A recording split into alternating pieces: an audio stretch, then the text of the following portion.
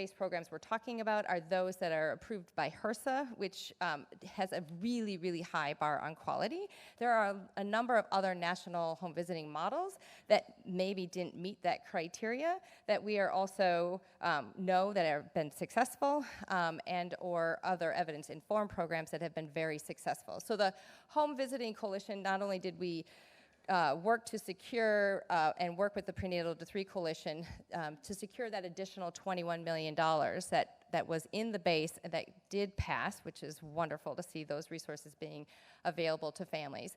We were not successful in getting the policy and adding some flexibility. And so therefore, we still have work to do and increasing the flexibility and the types of programs that are available to families. So we've been working closely with the Department of Health, and we also know that there are model programs being run through the Department of Education, so Head Start and Early Head Start. We have a number of focused programs, education-focused programs that also would be eligible, we think, in the future if we broaden that umbrella, and then also through the Department of Human Services. I do want to, part of what we're trying to do is raise some of the concerns that we saw this session that kind of got in the way of us being successful.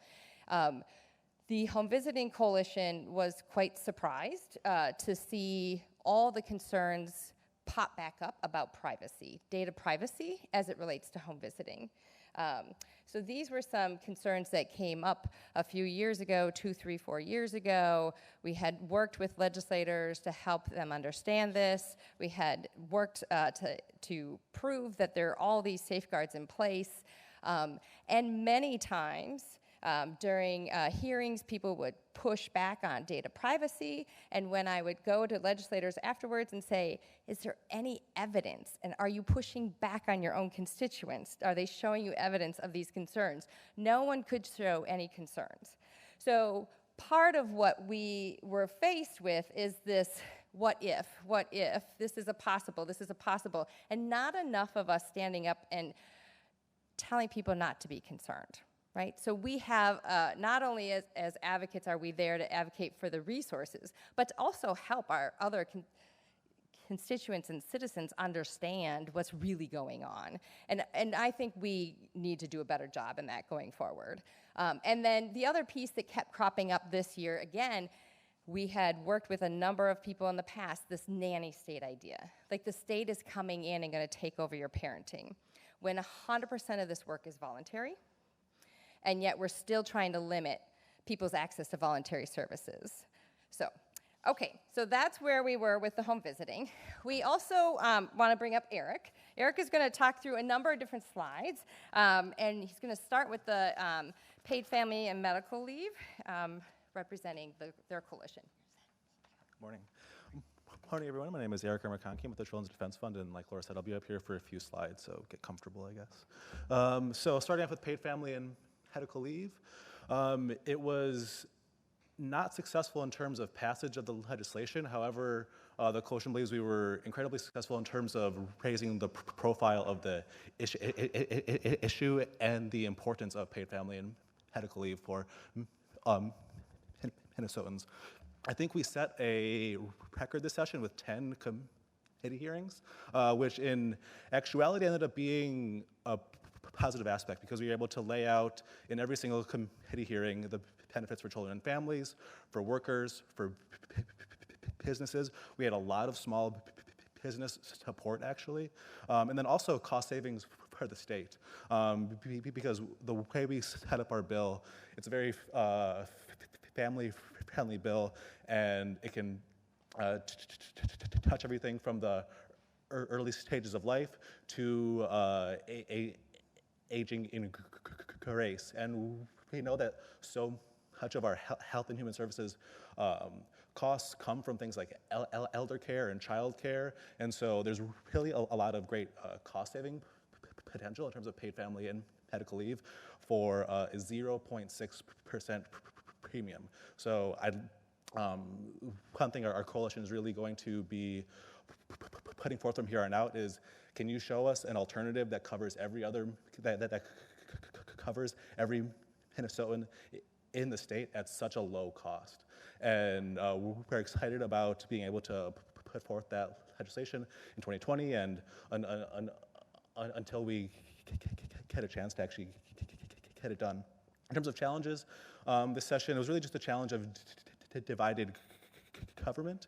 And although we had a lot of good conversations with folks in the Senate, unfortunately, just the realities of divided government prohibited us from getting it over the finish line this year. But like I said, we're looking forward to coming back until we pass this bill that's so popular across every area of our state. Oh, is the arrow here? All right, so MFIP. MFIP is, for this session, a great point of success. Thank you for Senator Ralph in the crowd for chairing or for authoring the bill in the Senate. It had been 33 years since we had seen an MFIP cash grant increase, which is really a shame. If you think about it, the most folks that are on or that are accessing MFIP are children, and so we've gone 33 years without providing added assistance for some of our children who are most in need.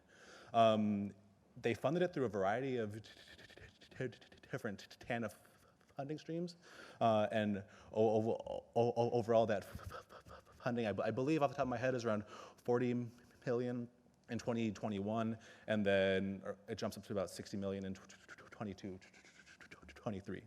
And in addition to Senator Ralph, a really big shout out to Legal Aid and Jess Webster, who are really instrumental in helping us pass this bill. And then last but not least, childcare. So I can kind of boil down childcare to the good, the bad, and the ugly this session. Starting with the good, it had taken us about 6 or 7 years to pass any form of federal conformity. We finally got a bulk of that taken care of, particularly our family-friendly conformity pieces, so provisions to improve childcare for families experiencing homelessness, highly mobile families that might be moving from county to county, and also helping with some faster MFIP transition. So that was the good. Then getting to the bad, it was yet another year of no increased investments in childcare assistance. So no added funding to buy down the basic sliding fee wait list.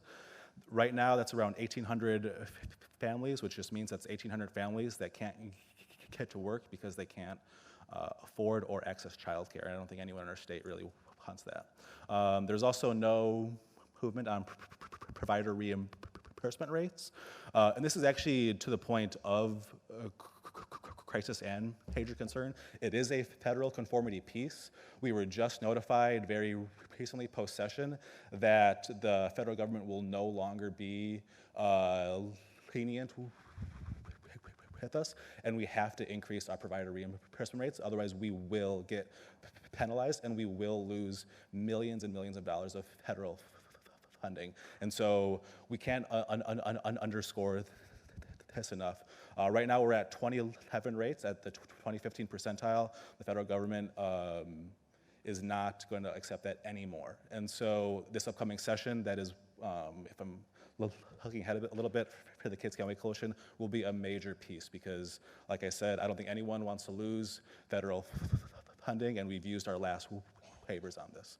And then now getting into the ugly, the narrative around childcare got very toxic, and it got racialized, and it was incredibly uncomfortable to kind of see the conversations around childcare and how that turned out, around who are providing childcare and who is accessing childcare, and it really just made it impossible to move the issue forward, and we were unable to talk about how critical childcare is for our economy.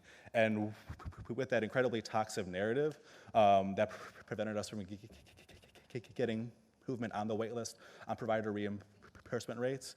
And so that is something that I hope as a state advocacy community, we can kind of really look and analyze how it got so toxic and how it got so racialized, and hoping we can turn the page on that, and just realizing that all we're really doing is trying to provide childcare for children and for parents that need to go to work.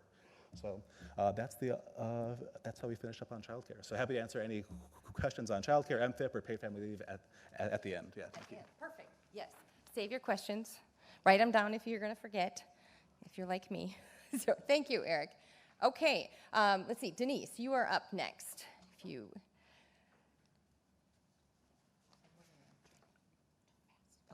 All right. Well, good morning on this steamy morning. My name's Denise Mayad. I'm the Executive Director for the Sheltering Arms Foundation and a member of the Mini Minds Executive Committee.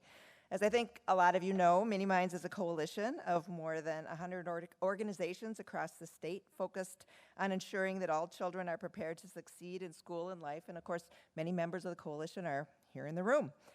We really appreciate the support and energy from our coalition members and partners, including the Prenatal to 3 Coalition. We've been a strong advocate for early learning scholarships, and this year it was very exciting because there was support in both the House and the Senate this session, and of course a shout out to Representative Pinto and to Senator Carla Nelson in the Senate for helping to move that forward. As I think a lot of you know, early learning scholarships meet the unique needs of children and families because they're used in high-quality programs rated by Parent Aware. They follow the child until they enter kindergarten, and they give parents the agency to choose programs that best meet their child's specific needs. But unfortunately, final negotiations leading into the special session did not allocate new base budget dollars for scholarships this year. However, it's important to note that existing funds of $70 million per year for early learning scholarships remain intact, and these funds benefit approximately 15,000 young children annually.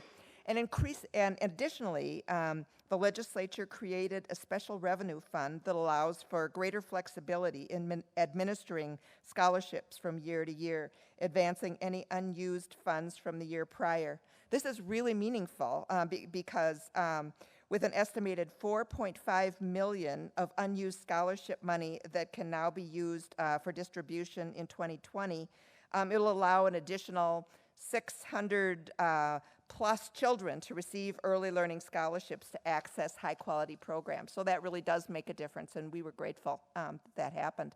Funding is also going to continue for Parent Aware, Minnesota's quality rating and improvement system used to support early learning demonstration of school readiness best practices. Although there's strong bipartisan support at the Capitol for early childhood, we need to continue to advance ongoing investments in children birth to 3, a time when brain development is critical, as again, I know you all know. With more than 33,000 children that still lack access to quality childcare and education, we have to continue to increase funding to meet the unmet needs of our state's most vulnerable children and families. Thanks. Great, thank you. Yeah. All right, Krista Anders, you are up with the B8 workgroup. Good morning, I'm Krista Anders, and I help coordinate the statewide conversations about transforming the early childhood workforce. There were a couple things this legislative session that are relevant to the workforce. The 6 Minnesota Initiative Foundations, which are located in greater Minnesota, where we know the child care crisis is particularly acute, got $750,000 to share between them to increase the supply of quality child care, engage the private sector, do some locally based training and technical assistance, and recruit programs to participate in Parent Aware. So that's good news. The Department of Employment and Economic Development also received $750,000 to increase the supply of quality child care and support economic development. It's really important that we see the child care crisis isn't just a human services need, that this is an economic development thing. So having the money go through the Department of Economic or through DEED really highlights how critical child care is to our state's economy. The YWCA of Minneapolis got $250,000 to continue their Child Development Associate or CDA credential. This is the first credential in a pipeline to higher education and hopefully higher earnings. And there were some amendments to the Minnesota Indian Teacher Education Training Program to include early childhood. We were disappointed that the Grow Your Own legislation that was sponsored by TOCAI, the Coalition to Increase Teachers of Colors and American Indian, which included some language where Head Start teachers would have been included in Grow Your Own, was not passed. In 2017, the legislature created the Workforce Development Scholarships, and at the time they created it, they had 4 high-demand occupations, and this session, we were super happy that they added 2 additional high-demand occupations, and one of them was early childhood scholarships. So now, if you're pursuing a degree in early childhood at one of the 30 state colleges and universities, you are eligible to apply for these scholarships. You need to be working, enrolled in at least 9 credits. The scholarships are for $2,500 a year and up to $7,500 over time.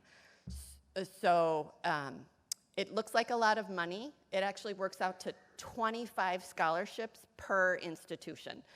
So what I want is about 20 of those scholarships to go to early childhood, and then the other high demand occupations can have the rest. So we need to get early childhood people to apply to those scholarships. So if you know of people who are pursuing education, please refer them there. We were disappointed that there was not additional money for Retain. And again, our challenge is to make sure that people know about those workforce scholarships. So there's information on our website, there's information on the MnSCU site. Okay, now Claire is going to come on up and talk about MCCA's proposal here on childcare. Thank you. Hello, I'm Claire Sanford with the Minnesota Child Care Association. Tomorrow's a big day. It's the 50th anniversary of the moon landing, which is a big deal for me because I've wanted to be an astronaut since I was 6. And we went to the moon with less technology than we carry around on the phones in our pockets right now, which is insane. And just think what we could do for all the stuff we're talking about if we could make that kind of investment in children and families and family security in our country. I am talking about Minnesota Child Care Association's tax credit proposal. We have had this, I think, for 5 years in various iterations, and we're going to keep going. Thank you to Representative Pryor, who I think is in the back there, who authored it on the House side, and to Senator Paul Anderson for authoring it on the Senate side. And this is a proposal modeled after what Louisiana, South Carolina, Nebraska, and now Colorado just this session have done, which is create a tax incentive for quality, access, and also the early childhood workforce. So our bill was 3 parts. The first part gave a new tax credit to parents, which increased with the quality rating, the parent aware rating of their chosen provider, family child care, Head Start, whatever, child care centers. The heart of the bill was what we call the workforce credit, which was a new credit that would act as an income supplement for child care teachers, whether they be family child care providers or teachers, directors, and child care centers. It had to be a licensed setting, it had to be a parent-aware rated setting, but then the amount of the credit would increase with the education level that that staff member had achieved, and it would be ongoing. It would be every year this credit was available to them as sort of a backdoor wage supplement, because we know wages are so low, artificially suppressed because of low reimbursement rates and a lot of other things in the field. Challenges with this were, number one, it's expensive. I think the Cadillac proposal that we had was close to $100 million. There are a million ways we can make it cheaper.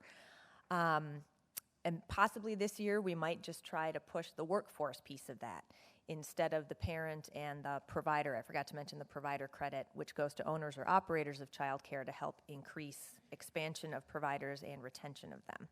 So we will bring it back this year, maybe try to make it a little cheaper, a little more targeted to the workforce. Obviously, you've already heard and know very well the ugliness of the child care assistance fraud issues really overshadowed everything that had to do with child care this year. And also, there was kind of like the Home Visiting Coalition had this unexpected backlash around data privacy. we, with this bill, had sort of an unexpected backlash aimed at Parent Aware specifically, and a lot of providers showing up and saying, whoa, if this is tied to Parent Aware, we're not interested, even though part of the point of it is to increase quality and link to quality. So I think that was a good learning for all of us advocates and state staff and others who work on trying to support Parent Aware. So that's it. All right. Next, we're going to ask May to come up, and we're going to give her an opportunity to stand aside of this. I hate podiums. They are as tall as me. So hi, everyone. My name is May Loso. I am the senior organizer at Children's Defense Fund, Minnesota. Oh, the clicker needs to move to the next thing. Okay. And I'm also the staff for the Voices and Choices for Children Coalition. If folks haven't heard about us, we're a group of individuals from all different sectors, and our focus really is to look at improving outcomes for children of color and American Indian children across our state. And we had a really exciting win this year. We passed the Community Solutions Grant Program, and we really want to just make sure that children all across our state are healthy, but particularly children of color and American Indian children often face a lot of different challenges, and we are not just in the metro, we are all over the state. And our state actually has already changed in demographics. So people always talk about, oh, it's going to change. I'm like, look in our counties. It's already different, and we need to really look at the needs of those communities in the ways that they look at their own solutions, because often folks that are closest, to the problem often know the solution, but are furthest away from the resources. So we hope that with this funding that we are getting closer to those resources for communities. And so improving health and wellness right now is really, we're in the middle of the implementation. It's moving fairly quickly. At the Department of Health, the Center for Health Equity particularly is our great partners. And so I'm putting the charge out to folks here and online. Across the state, we are looking for applications for the Community Solutions Advisory Council. This is a 12-member council that would help with the facilitation of this process. So the funding is important to us, but also the process by which the money is given out is key. We want community voice along the way, and really to build up the capacity of community members to be part of these kinds of processes. So check out the Secretary of State website. It is listed in the Boards and Commissions section. Also, I've posted it on Twitter. You're probably going to get it in an email. So please encourage folks to apply to be part of the Advisory Council, and then start spreading the word, especially in Greater Minnesota, communities that are looking to improve outcomes for their children to apply for this grant program. So that is my update, and ask me more questions later. Okay, last but not least, Jennifer is going to talk a little bit about the 2020 census. Thank you, and I'm right there with you, May. So Jennifer Bertram with Children's Defense Fund Minnesota. I work on the Kids Count Project, and I've been a part of the co-creation table with the Minnesota Census Mobilization Partnership, and we worked hard this year to get some funding allocated by the state. Special thanks to my own representative, Jamie Long, and Senator Carlson for working on that this year with us. The initial ask was $2.5 million. For context, California just passed about $150 million that they're allocating to census outreach. This is particularly important this year for Minnesota for a number of reasons, including the fact that we may be at risk of losing one of our congressional seats, depending on how the population count shakes out. There's also been less funding at the federal level to help us with outreach. You might have heard something in the news about a citizenship question that has caused some damage, but democracy won in that instance, and that question will not be on the form, and those forms are being printed as we speak, so that was a major success. And then the other success we had at the legislature was we passed that $1.6 million that's now being allocated to community organizations across the state, including Children's Defense Fund being part of the co-creation table, to conduct some real grassroots movement to conduct outreach for the census and ensure that people understand how important it is for people to respond to those forms. So for everyone in the room, just to make sure you all know, Census Day is April 1, 2020, and make sure you respond to the census. It's very important. Everybody counts. Thank you. And I'm not sure, Jennifer, if I heard you say, but last time we did the census, there were over 2 million young children, birth through age 4, that did not get counted. And that's why we wanted to make sure we talked about that here. So please keep that in mind as you think about Census Day. And then as we bring up our next speakers, I also want to recognize Cisa Keller is up here. And even though she has not spoken to any of these specific policies, she worked at Think Small, has worked on a number of these and have been instrumental in a number of these different policies. We were just trying to keep it succinct, and we were somewhat successful at that. So thank you to Cisa and everybody up here for all your hard work in supporting children and families in Minnesota. So. If you'll just stay put. Thank you, Laura, and thank all of you. That was awesome. I just want to re-welcome people on the webcast. Apparently, in the middle of Eric's presentation, we became live around the state. So just so you know, we are now on, and welcome on that front. Secondly, we're going to call up our two elected representative senator people, but I want to just mention that on your tables, there are cards, 3x5 cards. So if you have some questions, we find that works a little bit better to just jot them down, raise your hand when you have one, and we've got elders and various people around mostly elders around the room who will pick up your cards and bring them up so that during the Q&A we'll have a chance. And we'll also post the email address, which I will do right after we're done. So hang tough. Thank you. At this point, Senator Ralph, do you want to come up and talk about the session? And then we will. There we are. You can freestand or freehand. How does that work? Okay, you can do it. Okay, thank you again for having me. All of the above, if we're talking about the session. It was interesting. I guess just a couple of highlights from my standpoint. One of the unique things that happened to me was I was actually put on the Higher Education Conference Committee. I don't sit on the Higher Education Committee, but some decisions were made, and as a result, I did have a chance to impact some of the things that we talked about on that got put in on these scholarships for the early learning, and that was something that was very important and was talked about and discussed at the committee, and so I was pleased to be able to take part in that and to contribute to that. So that was something that I just think I feel really, really good that we were able to get that. And thank the advocates for their work on it and getting that done through the committee process. I don't know how many of you, I'm sure many of you who have been involved in committees, but if we use the committee process, I just want to say this in general, that I found as a freshman senator, this was something I did not understand at all when I came into the legislature, was the importance of the committees and the importance of following those processes.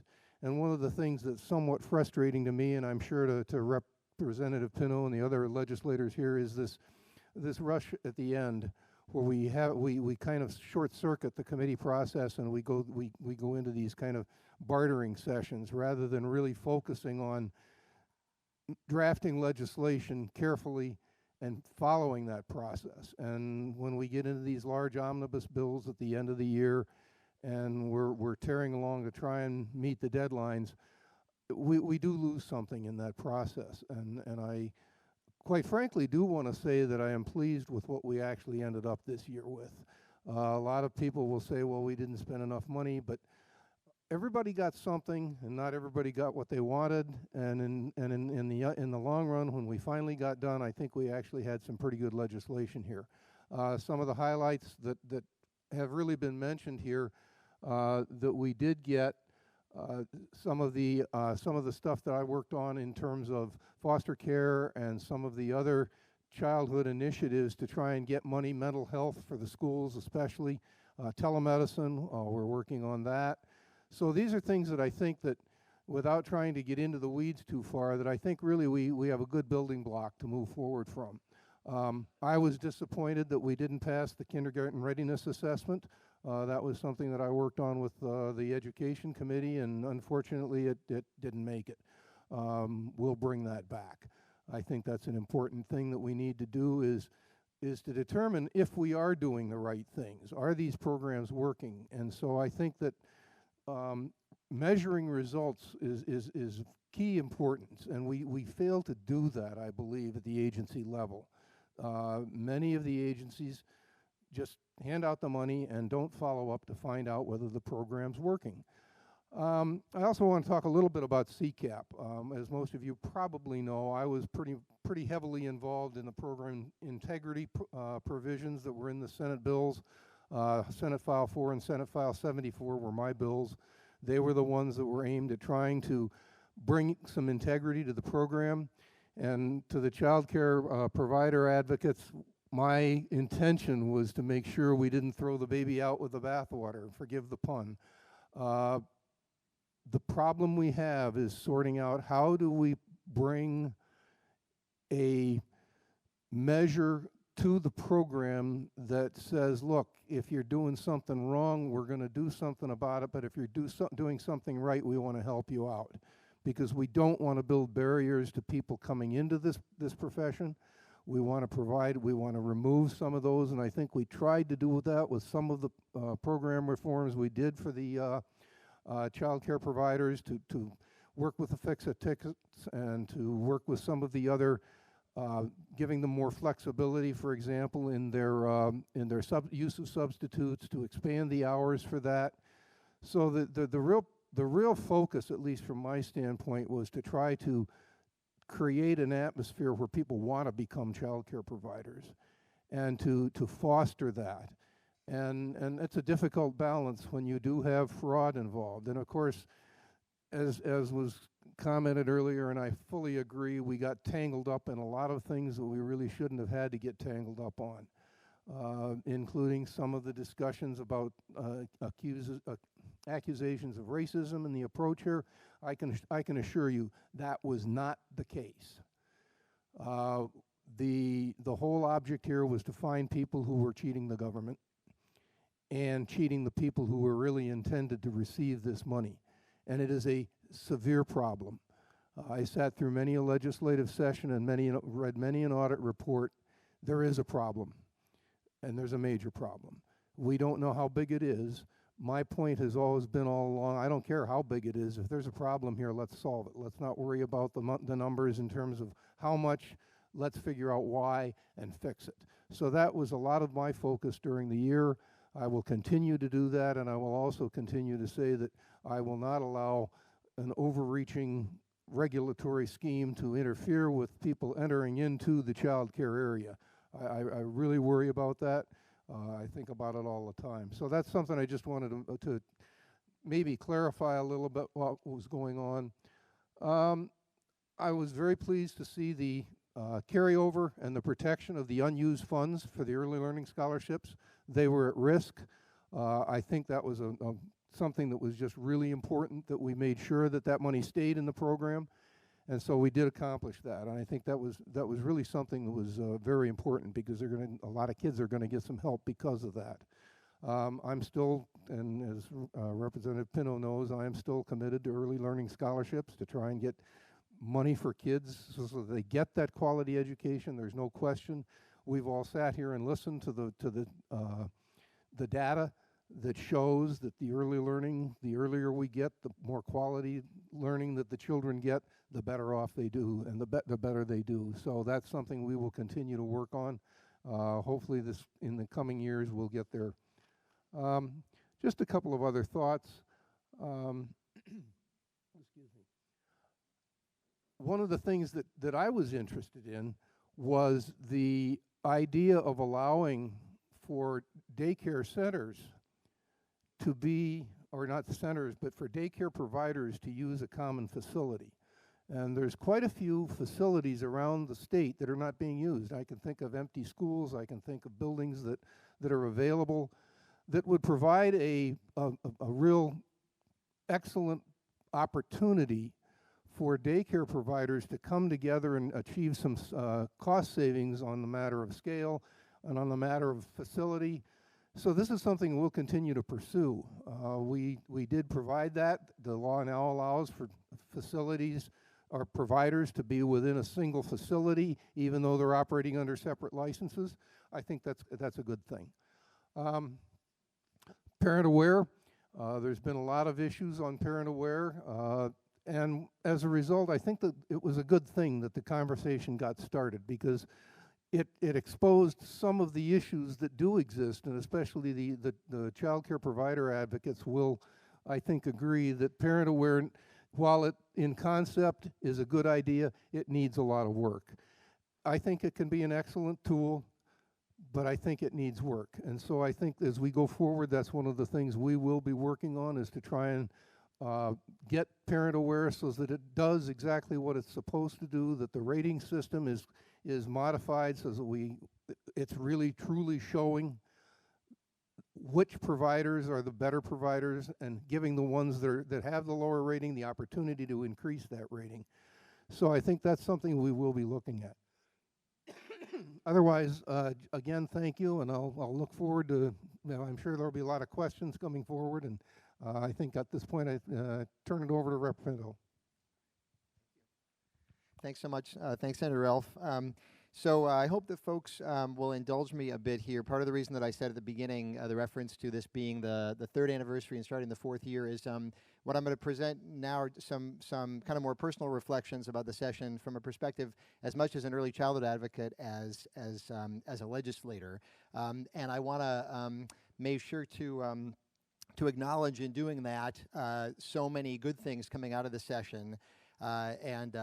Frankly, when you have, as Laura said, the only divided legislature in the country, to have a 2-year budget, to make sure that we start the fiscal year with state employees being employed and providing the services that they do, to secure the provider tax, increase in MFIP, et cetera, is wonderful. And to recognize many of the headwinds that we all were encountering in doing that work. And having said that, I want to, as I say, provide a sort of a particular individual perspective. And it really does draw on the last couple of years, so working together in this space. So let's just keep in mind, right, what the payoff is. This is research, Dr. James Heckman, and of course, hopefully each one of us is doing this work because we believe in some way that what's presented on this slide is true. And this is true as well. And it continues to be true now, just as much as it was before the session. And I think for each one of us, we have our own individual sense as to the ways in which we would want to correct this. And each one of us comes in with our own ideas and senses as how to do that. And I guess part of my thesis here is that part of the reason that we have not been able to adjust this, at least I think it first makes sense for us to hold a mirror up to ourselves. There's many, many factors, but at least part of it is the fact that we do, in fact, each one of us come into this with our own perspective about how to adjust this, and to recognize that no matter what else comes out and the good things that have happened, we're still in this situation where we're putting the least investment in the earliest years, and by a significant margin. And I want to come at that from a perspective especially of early learning and care, which I think brings many of us together. So this chart, of course, combines a lot of different kinds of spending, but I think there's a sense that there's a particular gap when it comes to the question of what happens with children when they are not in their parents' care. We have one of the highest, I think we have the highest workforce participation among moms in the country, and parents as well, and more broadly. And so what happens with children when they're not in their parents' care? We have a number of different possible approaches for that in mind, and they really tie into two separate but related crises, right? We talk a lot about opportunity gaps. We talk about the worst opportunity gaps among members of different racial ethnic groups in the country. I think also a recognition that we are simply underinvesting in our youngest kids and most vulnerable in all kinds of ways with huge impacts. And again, hopefully you're in this room because you already believe this. But then separately, we have a crisis in terms of accessibility, affordability of childcare, which, as we've learned in the forums, is driven ultimately, I would argue, not by regulation, not by various things. It's because the economics of childcare just do not add up. In the same way that the economics of learning would not add up if you expected people to pay for their own 7-year-olds or 12-year-olds, all of them, every single family, to figure out what happens with that, it does not add up. And the economies of scale are that much less when you're talking about an infant or a toddler. You can't have 25 pupils or 25 children per care, and I'll just sort of stop going off. But the point is, you get where I'm coming from. All right, so there's two different things, and I really want to point out that leading into the session, one exciting aspect of this, and by the way, you may notice we're a little bit off on our agenda, and we'll get back onto it. The crisis work group came out with recommendations that tied together both of these, so very exciting heading into this session. We really need to stop, in my view, separating child care from early learning and recognize it's all early learning, development care. It's all tied together, and there are two crucial crises that are underlying both of them. Okay, so we had some response, so I just want to point out, I don't mean to tie these in particular, but we had caucus priority bills in the House and in the Senate. And in the House, we had House File 1, which had a significant proposal for significant increase in funding for scholarships for CCAP, going all the way up to 400% of poverty, birth to age 3, and retaining the voluntary pre-K slots, not adding to them, but retaining them, grants for child care providers, et cetera. And then also other aspects of this as well. And I want to point out from the House DFL, you had a sense broadly trying these different pieces together through a number of bills. Our colleagues in the Senate majority had Senate File 2, which addresses the regulation of child care, and that was a strong priority. Senator Ralph and I met early in the session on that, especially family child care. And I'll note, too, grants for child care providers. And by the way, you may note, if you look, that's listed in both bills. Maybe not surprising that that's something that did end up coming out of the session. And many, many other proposals as well. Of course, the administration really prioritized child care assistance when the budget came out, et cetera. So you've got a lot of energy coming out of this and a lot of focus. The thing is, when you're talking about early learning and care, there are a lot of different questions to answer. So what form of family support? You've had a lot of focus on scholarships versus preschool, but also recognizing child care assistance as well. But you got a question really is, what is our goal? And we've so much come at it from these two separate goals. I want to point out that there's this question of age. Are we coming from school down as we have been, or birth up? There are questions about, I think many of our Senate colleagues, even if they agree, support for scholarships, for example, there's a question of, well, what are we going to do with revenues and what are we going to do with spending? Are we going to be targeted or universal? Are we talking about equality? What exactly does that mean? How are we going to measure it? And really, what difference does it end up making should it make in the funding that we that should happen? So should it be tied to parent aware, et cetera? The point is, all kinds of different questions to answer. And what I want to offer to you is that as long as we each have our own individual answers to those questions, there will not be a significant increase in funding for any approach, for our approach individually or for anybody else's approach. Now, why should that be? There is such energy relating to these crises. There's so much going on. We've had these priorities. But there is so much else that they're competing for legislators' attention. And I kind of want to point this out just a little bit. So these are some of the groups that reached out to legislators on early learning and care issues specifically, and you've heard from a number of these groups as so far. And there's been, I know, a lot more effort going on to combine the efforts of different groups. But I want to point out that these are many more of the groups that come and reach out on these issues. The Minnesota Early Learning Council, which I serve, gubernatorially appointed, had its own set of recommendations that were made, and a number of the other groups. So you've got a lot that is going on in this space that legislators are keeping track of. And I should say, I'm focused on this stuff, and I can't track all of it. It actually took me, I was surprised by a number of things putting this presentation together, in fact. But we are not done, okay? And seriously, the North Hennepin, I don't know if there's anybody from the Northwest Hennepin Early Childhood Network who is here, but this is a group that was reaching out to legislators about their preferred early learning and care priorities, okay? Each group has its own particular perspective on how to do things, and that actually does not necessarily need to be a problem, except that legislators' attention ends up being so much at a premium, right? There's such a focus. And for those who are not focused on this, that can be a real challenge. I want to point out, too, we're not done, because we've got a number of groups that are also having perspective on early learning and care issues, sometimes from some different angles. The Minnesota Child Care Providers Information Network, I hope I'm saying that right, is focused more on regulation and much less on the funding side, but still you're keeping track. We got to keep track of all of this. Minnesota's Future, not as active this particular session, but each of these pieces, I'm going to keep on going for a while, each of these pieces. So, I just And this is not intended to sort of to be saying too much. I don't want you to read too much into this. Hashtags and messaging things don't matter. Oh boy, I'm sorry about the formatting there. It worked on my computer. I don't know. Here's the thing, right? What difference does it make, really? And in fact, I've had some folks who I've talked with about this in advance of this who said, well, you know, the messaging is fine, but really, ultimately, it's about, you know, legislative decision-making. But the two are tied completely together, right? Both the messaging is an indication of solidarity and of work that's been done among advocates beforehand, but also the messaging then sends a message to legislators about where they're going to focus their attention and what's going to happen. And I'm going to I'll do this a little bit in just a bit, comparing to other efforts, but just think about in some of the other coalition efforts that happen, they've got a consistent message that they are pushing as a group. This just ends up being very challenging to my mind. Okay, so a lot of negativity. What do we have in terms of strengths? Well, we have a righteous cause, right? We've got morality on our side, and we have economics on our side. And the way that I put it is, because we know that when you invest in young kids, right, there's a great payoff, of course, in terms of the impact on their lives, and there's a great financial payoff, too. So the way that I put this is, if we're going to be immoral, let's not also be stupid, okay? Right? And so we've got it. We have a righteous cause on our hands. We also have a lot of potential allies. So before, when I pointed out those groups that have early childhood agendas, I was not done, okay? I was not done. So first of all, I just want to point out you've got business allies here, the Crisis Work Group again. These are groups, the Chamber of Commerce, Minnesota Business Partnership, that were calling for significant increased investment in early learning and care, okay? You've got business groups.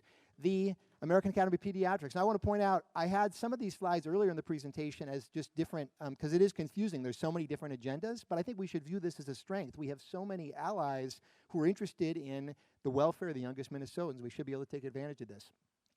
We've got the Minnesota Catholic Conference, which had their first 1,000 days agenda. And I have to say, the bills that were being pushed, supported by members of all four caucuses, including myself, and prenatal care and home visiting, breastfeeding, prioritizing that. That's maybe not an angle that we might have thought. The Association of Metropolitan School Districts, they want to close opportunity gaps and are emphasizing that. Now, again, their preferred method might be different than your preferred method. Well, let's all get over it, right? Let's figure out what we're going to do. And I want to go back to the debates and the policy questions before. We talked about quality, et cetera. But look at that last one. There's a real question of strategy. Do we support families and then figure that providers are gonna be available? This is addressing access to affordability. Or do we support providers and therefore families? Or ideally, we do both. There's some really interesting angles on that last piece about supporting providers. We talk about non-traditional allies. Greater Minnesota and rural coalitions were coming to us during the legislative session. The Center for Rural Policy Development is recognizing a quiet crisis in the child care shortage. Coalition for Greater Minnesota Cities, Greater Minnesota Partnership, pushing child care throughout this session very strongly. That's not just it. Impact 2020 is a Northwest Minnesota group. Northland Foundation is a Northeast Minnesota group. We have allies in Greater Minnesota saying this is a crisis. We have two crises going on. We have opportunities. And if that wasn't enough, you've got cops and prosecutors who, by the way, came out I didn't even realize this till last night. In mid-March, they came out with this, talking about how this is undermining Minnesota's strengths. Okay, if we can't do it with the cops, the Catholics, the Greater Minnesota people, the business people, come on, man, this is crazy. Okay, thank you. And so the last thing is we have models to follow, okay? Paid family leave, which has been talked about, you don't hear about 20 different paid family leave bills, right? You hear about the paid family leave bill. Now, those of us who are advocates then get mad at the folks who are blocking the bill, in our view, and we can talk about that later. But there's not a bunch of different bills. They have a piece that they're pushing together. The 100% Clean Energy Campaign, again, you can get solar and wind and others together. They're doing that together. Homes for All, again, a current coalition. Going back a ways, marriage equality and recognizing, bringing that table together. And then finally, I want to point out the Legacy Amendment. And again, if you can get Hunters and the Sierra Club and the arts community all together, it seems like we should be able to do that too. So the last thing I want to point out is soon after session, there was this headline in a political newsletter a number of us get. Pat Kulikin, I think, wrote it. So here's the question. Is it the next big issue? And that's going to be up to all of us. So let's make it that way. That's all. Thank you so much. And I think we're ready for your questions.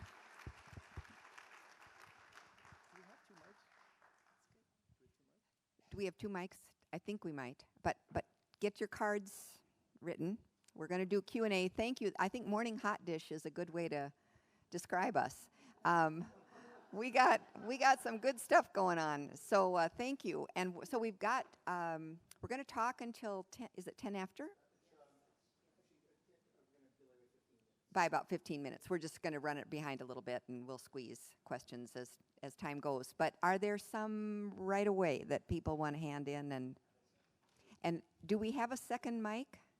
I can't remember. Yes, the gentleman in the back with the webcast has it, so we're good. I want to thank our crew back there. They've been so good to help us on all these.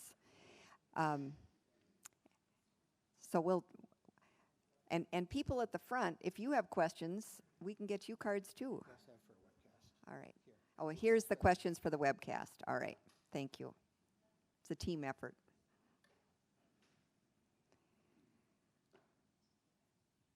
Do we have, somebody had a card hand. Okay, you got some here. Good. And Sandy's got.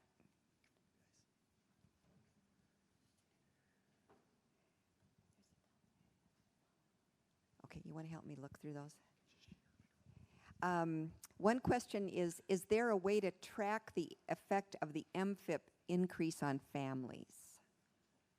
Who would be? I guess Eric? I can take a shot at it. So track, is there a little more clarification on what you mean by track it on families? Like is the question over time or?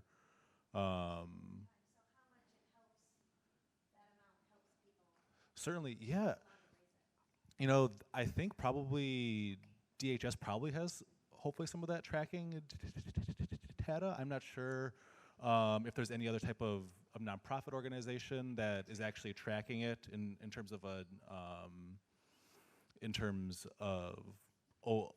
over time. But I'd be happy to also look into that and see who is, and if not who, then who should be tracking it.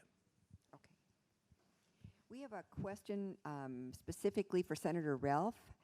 The funding, do you want to come, you can come on up and, so the funding per child per contact hour for voluntary pre-K is about 3 times the per child per hour rate paid for childcare.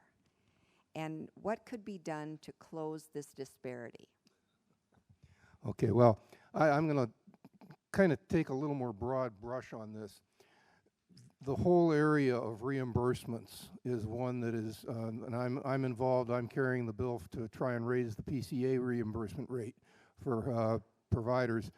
I'm also tied in with some of the work on DWRS in terms of that rate structure.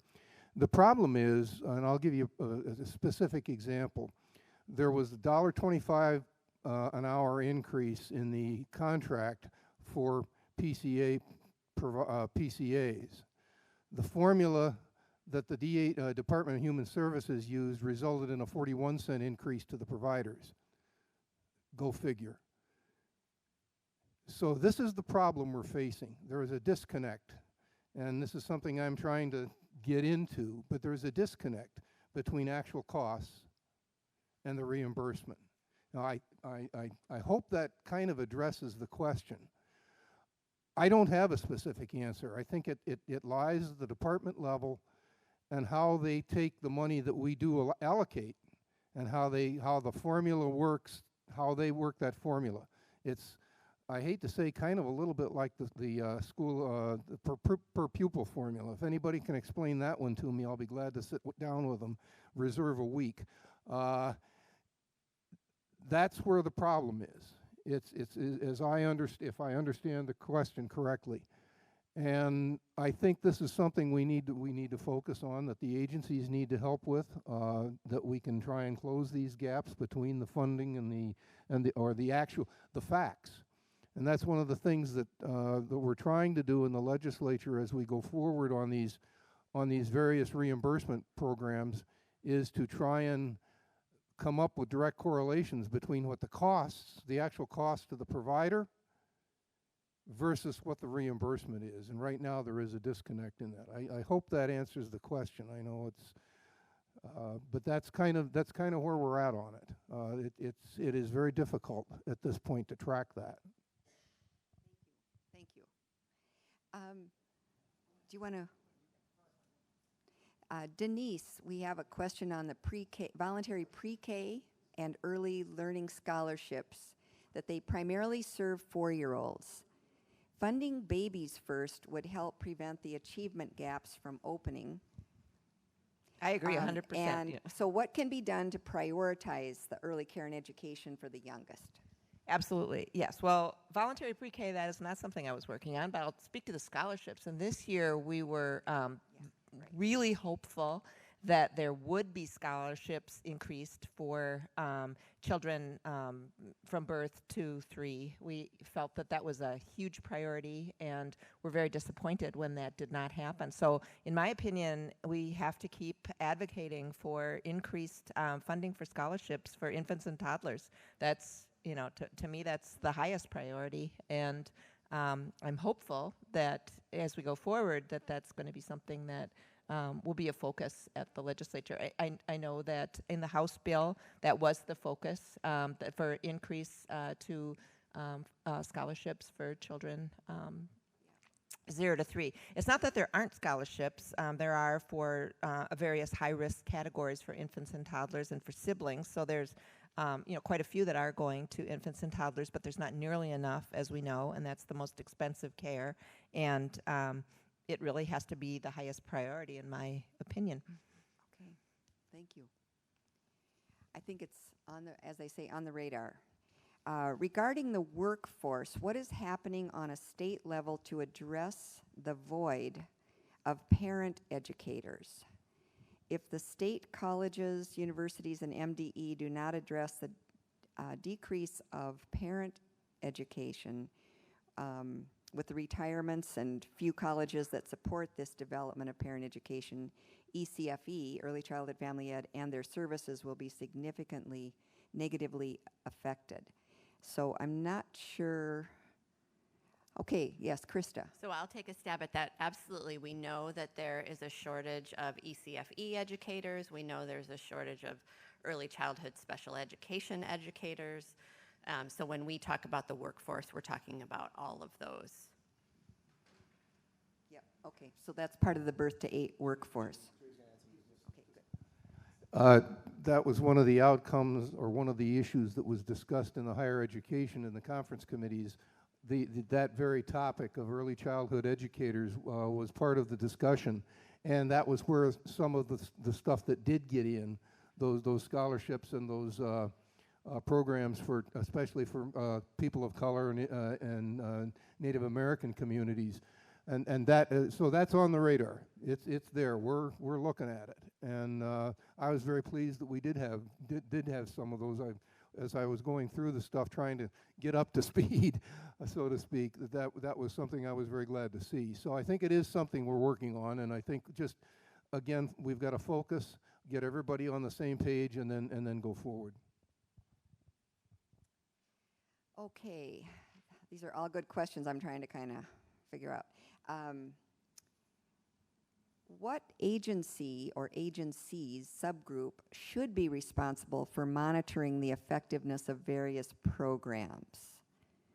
When funding is approved, should an evaluation be built in all programs? I'm just curious, this might be back to you, Senator Ralph, and also when we have our Erin Bailey comes later this morning, we might want to put this question to her. Oh, that's all right. I'm good. Okay. Evaluation of programs has been has probably been priority 1 for me since I came into the legislature, and let me explain why. When I first came in, I studied 18 different agencies that were providing services to children. Of those 18 agencies, 9 did not even measure outcomes or results. They had no provisions in their programs to measure them. They didn't even keep track of it. Of the remaining 9, only 2 had objective standards for determining whether their programs were succeeding or not. The rest simply measured whether they added clients. Now, I don't know about you, but that seems counterintuitive. If your programs are working, you should be as we go down the road, if we're getting upstream enough on these problems, those problems should be becoming less. So one of the things that I have kind of worked for, and I've spoken of this before in the data sharing and some of the results measuring program that we had in a pilot program over in Dakota County. The key is establishing a set of metrics, evidence-based, objective standards that we can measure whether the money we're putting into these programs is actually working. And I have to be very blunt. The Office of Legislative Audit carries out audits of all of these agencies through the 3 years that I've been in the legislature. The main conclusion that I take from these audits is these programs are they're not doing it. The agencies are simply not evaluating their success or failure, which to me is dead wrong. And I think that as advocates here in this room, and people that are if you want to help get things so that we're spending the money the way we should, advocate for accountability. And I really I am really strong on this, that the agencies need to be able to show how much money they got, how they're spending it, who is getting it, and is it doing any good? And they're not doing that. So and this is something that I just really feel very strongly about, that there's a lot of money floating around out there that could be available that's not being spent properly, and if we focused it, we would be able to do that. So sorry, that's a soapbox with me, unfortunately. I think Laura's going to say something, but I want to note, the challenge is that data issues cost money, right?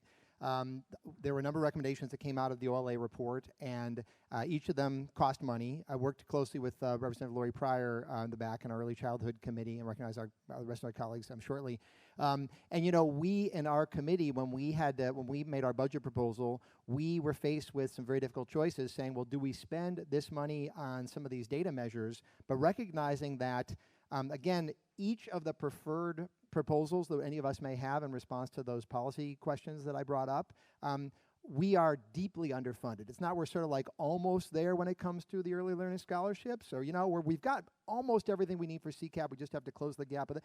Each one of them is deeply, deeply underfunded, deeply, deeply, and it's the fault of nobody involved in the program. And so we really have to, on that piece, so we really have to we're faced with these difficult choices. So I agree, we have to have accountability, we have to push for accountability, but we have to recognize that if we wait to put in accountability and only to take those measures, whatever the proposals are, and only then are we closing the gap, we need to recognize that we're leaving the vast majority of children who could be supported by our favored proposal, whatever it is, we're leaving them by the wayside. We really are at that point having the baby go out with the bathwater. And so we really need to recognize this has to happen at the same time, but we're talking about programs that have been deeply, deeply, deeply underfunded for so long, and that's the challenge that we're in. So I think Laura had something she was going to say too. You got a mic. Okay, is this on? Yeah. So I also just wanted to say yes and let people know that the home visiting programs, the $21 additional million, we're up to $33 million. Evaluation is a very integral part of all of those resources that go out. So that is happening, and that is being tracked with all of those resources. With the Integrated Care for High-Risk Pregnancy program, evaluation is built in. So we are doing this regularly with the Community Solutions Fund. It was built in. Everyone who's working on child care and early learning know that this needs to be built in. And one of both the challenges and the opportunities in working in this prenatal to 3 space is that we don't have any one system that supports families. Families access resources in systems that make most sense to them. And so we also want to be mindful that there's not 1 or 2 outcomes that we are going to probably track, but we want to track a whole number of outcomes, because we as people have a whole lot of developmental needs that don't necessarily match up to the way public systems have been formed and designed to serve and work with families. So I just want to keep that in mind as we think about how do we maybe connect those outcomes across systems rather than forcing outcomes onto families that don't make sense. Okay, yeah. Okay, It's, you know, the older you get, the harder it is to multitask. So just, I'm going to read you a question here, which I'm teasing myself here, but this, I just want to say one thing about underfunding is that if you think about early Head Start, which is the 0 to 2, 0 to 3, 10% of eligibles basically are served. 90% are not served. So if we are going to close the opportunity gap, we have to really get clear on who we're not serving. So we have a lot of, you know, we want to feel good, and we can feel good about what we're doing, but we do have to be honest about this kind of chronic underfunding. So here is a question for Senator Ralph and Representative Pinto. Accountability and questions of fraud were an obstacle to legislation this past session. How can we ensure this obstacle can be decreased or eliminated? And it's similar to another question we had. So I feel like those questions actually, interestingly enough, kind of were relatively separate in my experience. I don't know about other folks as well, but it seemed like there were the program integrity concerns about CCAP, and then there was this separate conversation that's been going for a while about data and about other aspects of accountability coming out of the legislative audit report. I guess there's both legislative audit reports, just two different reports, and I didn't feel so much like they ended up getting connected that much just in response to that question. And I think what we have to do is, again, it's, you know, coalition work. If you think about the coalitions that I ended with towards the end there, you hit bumps in the road. And we need to, you know, you have to just continue driving and continue pushing. So, you know, I'll point out in terms of program integrity for CCAP, there were a number of provisions that became law. I think that many of them came out of the House DFL caucus, in fact, and working with the administration. And to my mind, we need to keep the message up that the people who are the most hurt when a program is having concerns with integrity are the people that the program is intended to serve. And that one of the biggest ways in which a program can lack integrity is when that program is deeply underfunded, which this particular program has been. And to keep that going, and to keep that going all together. The sense of accountability coming out of the other auditor report and what we talked about earlier about data, et cetera, again, to my mind, that's something we need to keep on pushing together and say, all right, well, what are we going to address first when it comes to that? But again, not lose sight. A lot of things happen when you have a group advocacy effort that is well coordinated and is driving together. A lot of good things happen, and there's a lot. And I know I keep on getting back to this theme, but I'll just point out that if you were to list the top 50 issues of the legislative session, other than the CCAP program integrity issue, I'm not sure what else in terms of early childhood would hit there. I'm not even sure the child care crisis necessarily would hit in those top 50. As you start to push that, I think that there's a lot that can be addressed, but I continue to think that that is the key. But Senator Ralph may have a different view. Well, no, actually, I agree with much of what you say. And I also want to say that much of the program integrity stuff that did finally get in did come from the House language.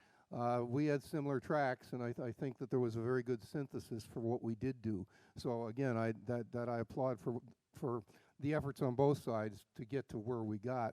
One of the things that I do want to focus on just a moment, and that I think Dave touched on it, and that is that when there's advocacy, when people come in to see me and I get 17 different ideas on the same issue from 17 different organizations, that can be counterproductive.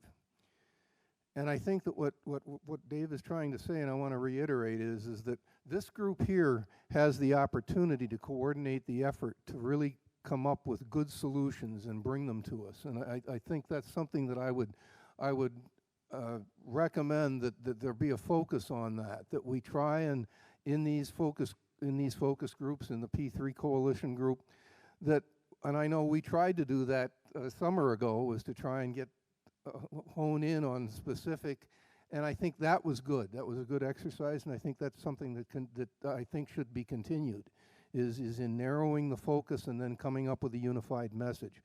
There's one other thing I was going to say, and I can't remember what it was. Anyway, I'm sorry, I had a senior moment. I'm sure I'll think of it in a minute. That's okay. You'll get another chance. This is a question how do you bridge the divide among the early childhood provider community, considering the differences among and within these communities on what is considered high quality? So sort of the struggle, and I'm not sure, Sisa, May, Eric. I got voluntold to answer this one. So this is obviously something that I'm surprised actually it didn't come up in any of the challenges, but it was something that was underlying, I think, in all of the conversations, was the varying voices is from the community, from the provider community. Mostly I would say in the licensed family child care community. For the most part, the center-based community was pretty unified. And so I see it as an area of opportunity in trying to figure out how do we lift up the voices. I think a lot of this actually goes back to what Representative Pinto just talked about, that we are a deeply underfunded, undersupported system. We have decades of no support, and so when you have to fight for the scraps of the scraps of the scraps, you can't find your place in trying to figure out how you come together. And so I really think just identifying that and calling that out is probably the first step. And then really it's about listening. I think we need to go out and talk with the providers and listen to what they're telling us and trying to understand what it is that they're trying to articulate. Whether that is about regulation or accountability or funding, ultimately there isn't a single provider that comes into this business that does anything other than wanting to care for children and families. We all come for the same purpose.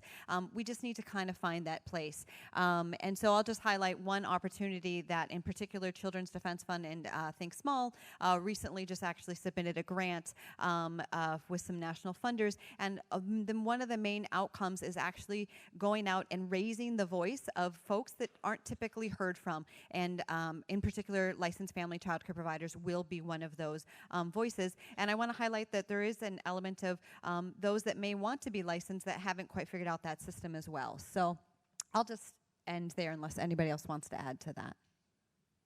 Great. I want to add just one piece. So, I mean, we talked about license and providers, but there are a lot of folks, family, friend, and neighbor care that has been, missing from the conversation. I'm speaking kind of, based on my experiences and talking with folks across the state. And, there are lots of folks that are providing care that are also not getting enough support, and so I'm just throwing that out there, something to think about. And it's hard to get our heads around it because family, friend, and neighbor literally could be anyone. But the truth of the matter is that a lot of children, because, of the underfunding, a lot of families are piecing together what they can. So it's, if you don't have full-time care during the day, you got to figure out who's going to pick up your kids at the bus stop or if you go to work.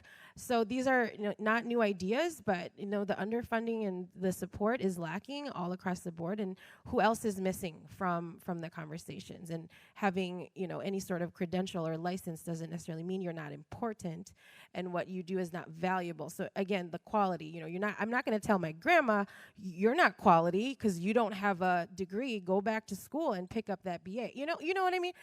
So, right, there's just things that, further conversation that needs to happen to really get at the root and the solutions. Great.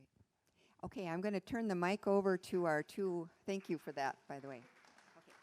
So we actually got a live question from Jerry Rell from St. Cloud, sitting next to me, who asked me a question, and then I said, rather than answering you directly, I'm going to say it to the group. So he said, and with his permission, he said, it's okay if I share this. The question was just, so why has the underfunding been coming up in the last few years, the last 5 years, or before that? Yeah, across the board, but sort of why? But in particular, why relatively recently, as opposed to something that's decades old? Because maybe I'm mischaracterizing your question. Okay. Yeah, my question is that we're underfunded. It's been going on for a long time. This is not something that's just come up recently. This is an underfunding that's existed for many years, and I'm just curious on your take on that. I don't think this is something that's recent. I could be wrong. You've been in there a lot longer than I have, but I think that this has been something that's been a problem for quite some time. So my understanding, the answer to this, and Jane was helping me with this, is because actually, Jane, maybe you should answer the question since you're gonna tell me anyway. No, the point I would just want to make is that in 2003, and my colleagues can tell me if I got the number right, but over $70 million was cut. There were massive changes made, and we've never made it back, and we also lowered our reimbursement. I mean, we went from 75th to 25th, and it was kind of this killing, I mean, in some ways, an effort to kill the program, to keep it small. And I think we've never recovered from that cut. And what I've heard, my understanding is that we had a strengthening economy, things bumped along for a few years because the rates were lower, that was okay. And then we hit the Great Recession, and then folks could make more money still as a provider than they could just because the jobs were so scarce. And what I've been hearing then is that since the Great Recession, that's when the squeeze has finally come, because the cuts came in 2003, but it's been this sort of delayed reaction because of what had happened in the ensuing years. That's at least the explanation I've always heard. So there is something new. And of course, we've had ever greater participation in the workforce, but also ever greater squeeze. And we have income inequality, which is worse now in 2019 than it was a couple decades ago. So when you add all those things together, families have that much more of a squeeze. So it is there is a reason that we're experiencing this in the past bunch of years as well. Yikes. Yeah. So I've got 3 things really quick, and then one is we all come to briefings and what shall I say? I'm reading this. I think it's involved in meetings to stay informed.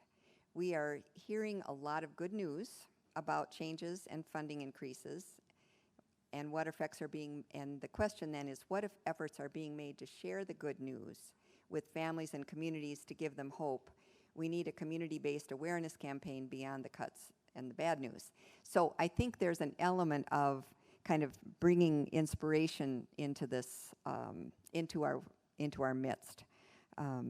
So I'm going to I've got a question for Jerry Ralph, which is regarding the kindergarten readiness assessment. And could you say more about what is a consistent definition of pre-K success, and why is this important?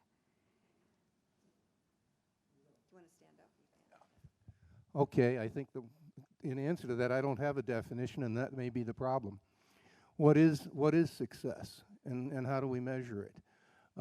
In fact, as I recall, there was some statistics and information provided here last fall or it was a while ago when the fellow from Chicago came up with all of the statistics. And as I was watching the graphs, I was wondering, because it looked like the quality education seemed to show up very, very, very dramatically in the first couple of years in first, second, third grade. But then as the whole body of knowledge or body of statistics came together, it seemed like as they were getting towards the later years in high school, the kids that didn't have that quality education were still catching up. And I was kind of puzzled by that. And that's why I say, I'm not sure, is there a definition for success in these programs? And maybe that's one of our problems, is that we don't have a clear definition. And that if we did, it would make it a lot easier for us to measure the outcomes. So I don't have one. I'll be very honest. I'm looking for one. And I'm looking for definitions of measurements of success across the board, as I said before. And I do think I think the agencies are trying. Don't get me wrong. I think this is not a black hole. But I do think it's something we need to focus on, because without that information, we can't tell whether the programs we're using are working or not. Great. Well, every question leads to more questions, and so I think the opportunity for us to think about dialogue as this goes forward. But I've got a question for you. You can think about this in the break or talk with each other about it. But what are your suggestions for designing and implementing a comprehensive system for early learning? Seems like this is what is needed to make our efforts child-focused and simple for families. So it's a good question. I'm going to leave you with that, and we're going to adjourn for a break. And when we come back, we have some wonderful presentation from Catherine Wright. But I want to have a big shout out to our panel who came to speak, and all the work, and to our representatives. I just want to make sure, in case they have to leave, to just, I recognize my colleague, Representative Lori Pryor. Can you stand if she's still here? Yeah. And please, Representative Lori Pryor. Behind her, Senator Carolyn Lane. Can you please stand? And we've got, to her left is Representative Jamie Long. You can stand up, have folks recognize you. And finally, my vice chair, Representative Carly Katiza-Watoon, is there as well. I'm so glad to have colleagues here. And I should note, too, I'm not sure if she's still here, but the St. Paul School Board member, Mary Vanderwoerd, who's been such a leader in this work, was here. Not sure if she still is. Am I missing any other elected officials here? Oh, Mary Jo McGuire? Excellent, the back there. Excellent, good. Thank you. Hello. Good, thank you. Oh, a pleasure. Yes.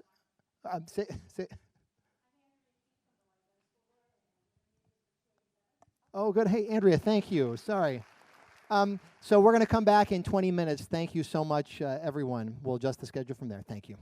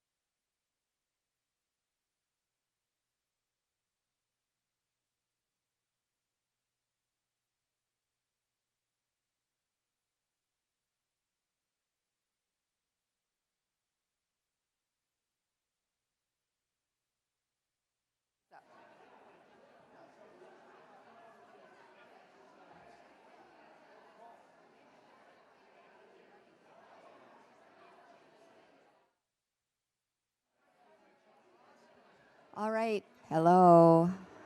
Hello. Could you take your seats in the next 2 minutes or so, and we'll get started again. 3, 5. I don't want him to miss.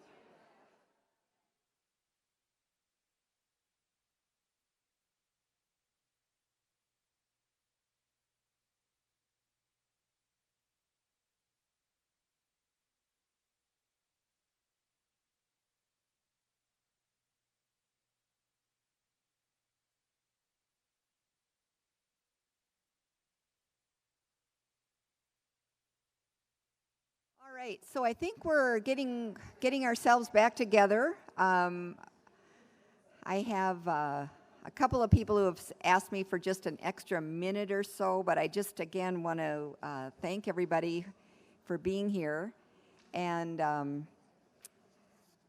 we've made a little bit of adjustment in the schedule, but we will be fine. We'll be fine. Next up this morning is a presentation from Catherine Wright, who is a psychologist, finished her doctorate, does clinical work, and we were reflecting a little bit ago that she's actually today hit her 10th anniversary at Department of Human Services. So it's really lovely that you're here after a decade, and we'd like to celebrate that with you and have you come to the podium.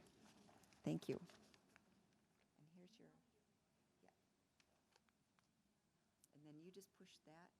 Do you want me to do it? I can do it. Okay, sure. Wonderful. Oh, can you hear me? Yes, okay. Thank you so much for having me. Again, I'm Catherine Wright, and I work at the Department of Human Services. And as Jane said, today is actually my 10th year anniversary at the state, which is kind of exciting, and wow, that's a long time. I'm going to talk a little bit with you about mental health consultation and what we've been developing over the past few years, but also give you a little bit more information about what we've been doing around early childhood mental health in the state for the past 10 years. I will say just a little bit about myself. I'm a practicing licensed psychologist. I've actually been in the field working with young children and families for 25 years. And I manage the early childhood mental health system at the state and have been working for the past 10 years, and actually a little bit before I got to the state, on it in really developing a robust, evidence-based early childhood mental health system that both has a clinical component to it, and now we're really focusing on prevention.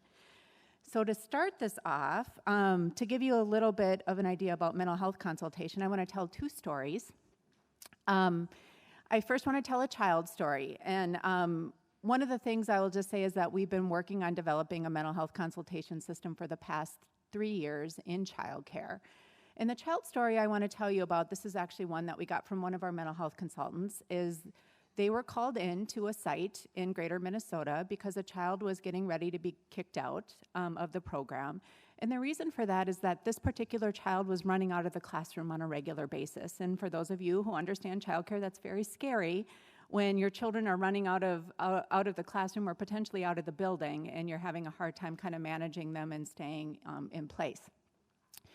The mental health consultant was called in, and one of the rules that we have is if there's ever a focus on a particular child, we first get a release from the parent and make sure that a parent is a partner in the conversation. We would never look at individual children without a parent being a part of that conversation. So that actually happened, and the mental health consultant ended up meeting with the parent first and found out from the parent that her particular child, the mother, that her particular child had been dismissed from 2 other programs previous, and so she didn't necessarily want the child care to know that because she was worried about this child being dismissed from that program as well. She also informed the mental health professional that this child had a trauma history, and mom was pretty leery about seeking out services because she hadn't had good experiences herself. So the mental health consultant was holding that information, and what she did with the parent permission is said, can I share some of this with the director in the program so that we can figure out a plan, 1, to keep your child safe, and 2, for you to feel safe enough so we can have a better working relationship so the center can know what's going on and have communication back and forth. The parent agreed, and so what happened as a result of this is that the child care center was able to develop a safety plan for this child so she didn't need to run away anymore. There was a better understanding of the purpose of her behavior, and the teachers were able to better understand how to help and support her so she didn't feel like she had to flee. The mental health consultant as well was able to help that parent get hooked up with appropriate mental health services outside of the center. And I think part of what I really want to say is that across this whole system, the family was held and supported, the child was held and supported, as was the center. And I think that's kind of the beautiful piece about mental health consultation. It's not necessarily poking at the child, it's not necessarily poking at the center, it's holding them all together. So that's my child story. Another story we have is a teacher story. This also came from a consultant.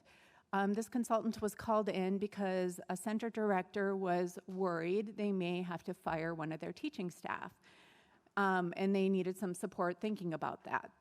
What we learned from the provider was that the teacher had been demoted because of licensing changes, and she didn't meet the qualifications to be at the current teacher level that she was at. As a result, she was holding very negative and strong feelings and sad feelings about being demoted, and didn't really know what her role was and was having difficulty communicating with her team members. She felt displaced. So one of the things that the consultant did is actually a lot of work with the center director about how do we understand how this teacher is feeling and what are the other opportunities for her. She has a lot of gifts. She may not meet the requirements because of her education to be a particular level of a teacher, but she still is very much important in this site, and how do we highlight those things? So as a result of this particular consultation, the center director was able to work with the teacher to really highlight her skills and have her be one of the trainers of new teachers coming in about how to deal with more difficult and stressful family situations. And this teacher actually prevented a child from getting expelled by supporting the other staff in how to better work with this particular child. As a result of that, the center director certainly felt better, the teacher felt better, like they were valued and held, and then as a result, again, children got supported well in the system. So that's kind of how we're thinking about mental health consultation and how it's worked so far with some stories. I thought what might be really helpful is to give you a sense, so after saying my stories, I like to tell a good tale. After giving you a sense of kind of what it looks like, I want to give you a little bit of history of where we started and where we've been going. So I will say that some of this work on developing an early childhood mental health system started before I started working at the state. Back in 2003, the state, through, at that point it was called the Children's Mental Health Division, had received a grant from NASHB and the Commonwealth Fund to start really thinking about doing social emotional screening in primary care. What we learned with that particular grant is primary care was not really interested in screening for young children's mental health issues if they didn't have a place to refer children if they found an elevated score. And so at the start then of 2004, my director at the time, Dr. Glennis Edwall, who is one of the elders, was brought in 0 to 3, which is a national organization, to start training our clinicians in the DC 0 to 3, which is a diagnostic process for young children. And actually, I was not working at the state at the time, but I was managing a large grant in Ramsey County from the Knight Foundation, and we used that money from that grant to pay for the first training. So I'm super excited that I got to be a part of it in 2004 before I started working at the state. That training was designed to serve 50 people, and 300 came. 300 clinicians came. So we knew at that point that we were ready to really develop a system. So we had trained all of those clinicians. In 2007, after a number of years of work, the legislature actually created the Early Childhood Mental Health Infrastructure Grants. And those are grants that have been standing since 2007. It's about $1,024,000. And what those grants are used to is they're used to pay for training across the early childhood mental health system to make sure that professionals are doing evidence-based, good clinical work. So to make sure that what we're giving our children is evidence-based and of highest quality. We also use that grant money to pay for uninsured and underinsured children who need clinical services. And I'll say a little bit now about more what we're doing with that money. So that started in 2007. In 2008, we then started contracting with agencies across the state to use those grant dollars to pay for the uninsured and underinsured and train the workforce. And then in 2009, we partnered with, I think I see Dr. Carlson back there. Do I see Dr. Carlson? Yes. Okay. I told her I was going to call her out. We partnered with her from the University of Minnesota to get 50 of our clinicians who were leaders across the state in our agencies through the Infant Mental Health Certificate Program. Because one of the things we know, and I'll say I've been a practicing mental health professional for many years, most of us do not get good training on development and early childhood mental health in school. It just doesn't happen. Most of our programs are generalist programs, and they tend to focus a lot on adults, not on little ones. And so the certificate program was instrumental in giving our licensed clinicians more education and support on how to assess and treat young children and just understand just regular development overall. At that same time, we started partnering with other universities to bring in evidence-based practices. I do have a really strong belief that we should be providing things that have been known to work. And as opposed to making up stuff that we do. And so we partnered with three other big universities, the University of Oklahoma, the University of California, and more recently the University of Delaware, to bring in some evidence-based interventions that were focused on young children birth to 5. And we've been training our clinicians in those evidence-based interventions ever since. In 2011, we had an opportunity where we actually changed the Medicaid rules for outpatient psychotherapy and assessment to match what the evidence says about assessing and treating young children. So part of our Medicaid rules in 2011 did two big things. It incorporated the use of the DC 0 to 3, which is our diagnostic process for little kiddos. And it also supported our workforce in being able to pay for what we call clinical trainees.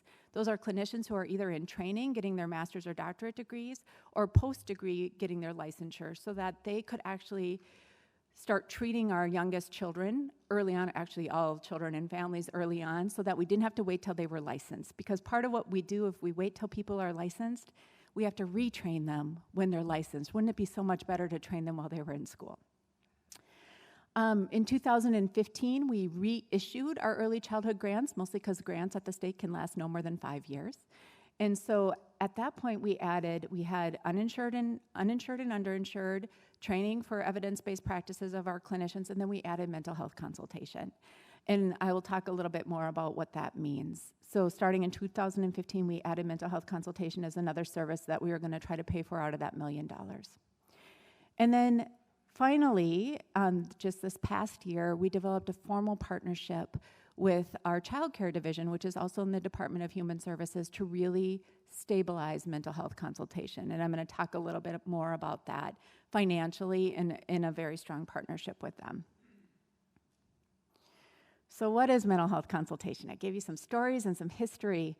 Basically, it is a prevention service. It is not about treating children with behaviors or mental health issues. It's really about holding those adults who hold our children in childcare or other early childhood settings. And it's really to increase the capacity of those adults to support the social emotional development of young children. And one of the things we know, and I'll talk more about this, is that actually prevents mental health disorders in young children. So it uses a combination of 3 things: training, reflective consultation, which I like to operationalize that because it's a word that's used a lot. So it's really about active listening and helping the teacher or whomever is working with that young child hold different perspectives about what does this possibly mean. You see a behavior, but I wonder where it comes from.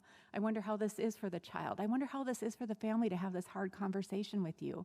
Like I said in my stories, I wonder for that director what it was like for her staff to get demoted because she didn't quite meet the qualifications of being a teacher.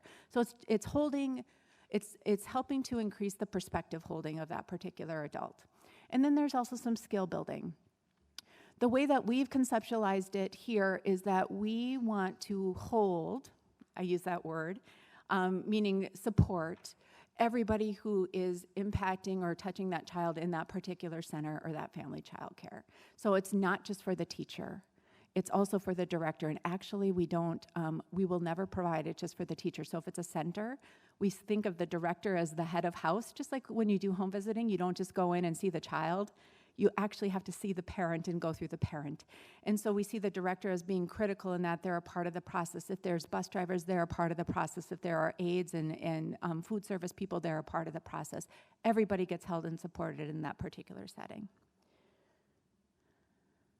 There's 3 kinds of consultation, and we do offer all 3. There's program focused, and this is about the center director or family child care provider, and they're supported to really make changes around their practices that benefit all children.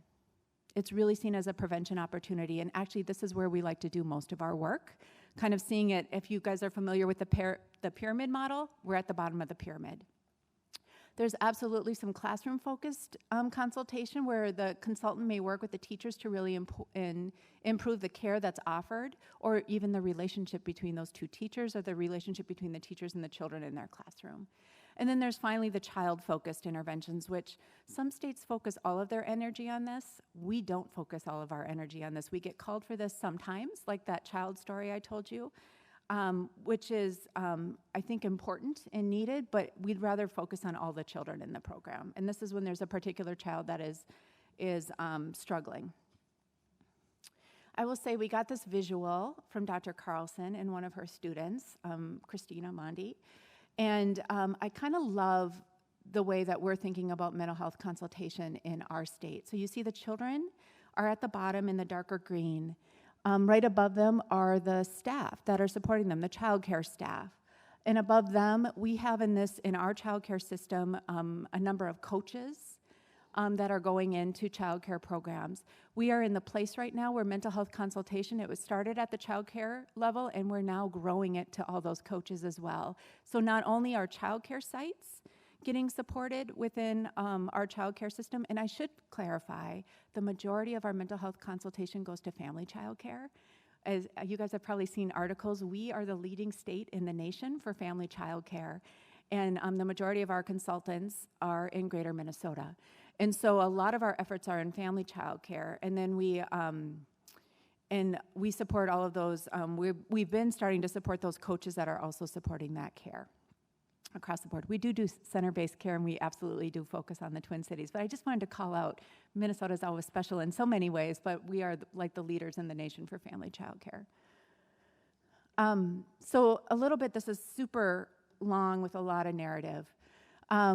I just wanted to give you a little bit about what we've been working on. So I have been working with a couple of supervisors that are under contract with us, Michelle Fallon, Jessica Nemi, and Sheila Sweeney, to really develop the system. And we've been partnering with our Child Development Division under the Family and Children's Administration. And then also the Head Start Association. For those of you who don't know me, I worked at Head Start for 7 years. And so I have a love for Head Start, and I really love it because it believes that parents are the most important people for their children, which is my firm belief as well. And so they've been instrumental in helping us really think about what is needed with mental health consultation. For the past 3 years, we've been piloting this in childcare across the site, and these are sites that have been involved in the Parent Aware system.